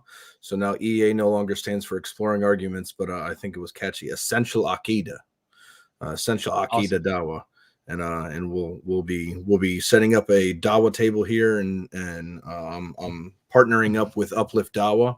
That's an organization. You can visit their website. They have a YouTube channel to where there's brother Yusuf and some other brothers are showing like how they give Dawa. and eventually I'll be on there with my recordings of myself at the Dawa table, whether it's like a shahada or a good conversation with a Christian or an atheist, or whoever comes up and decides that they want to have a good conversation. But yeah, it's EA Dawa on YouTube, and in the videos there's all the links to everything below. So if you want to help with the cause and be a patron or a YouTube member, or I think I'll also be adding a PayPal there if you want to make a one-time donation. That's absolutely helpful. I believe that those who help out with the production of something that gives the world more and more of the word of Allah, more of Islam, more dawah, that I think it says in the Quran that your rewards will be multiplied. So that's just what I'm trying to do, is, Allah is using me and the other brothers here as a tool to try and present good arguments for Islam and good reasons to believe. But yeah, Jazakallah khair, Justin. Inshallah. And so guys, definitely check out his channel and try to support him with whatever you can, and share his stuff, like his stuff, subscribe, because mashallah he's out there, he's doing. And Hatem, great having you on, man. Looking forward for this to be like, a regular thing. We need to see you here more often.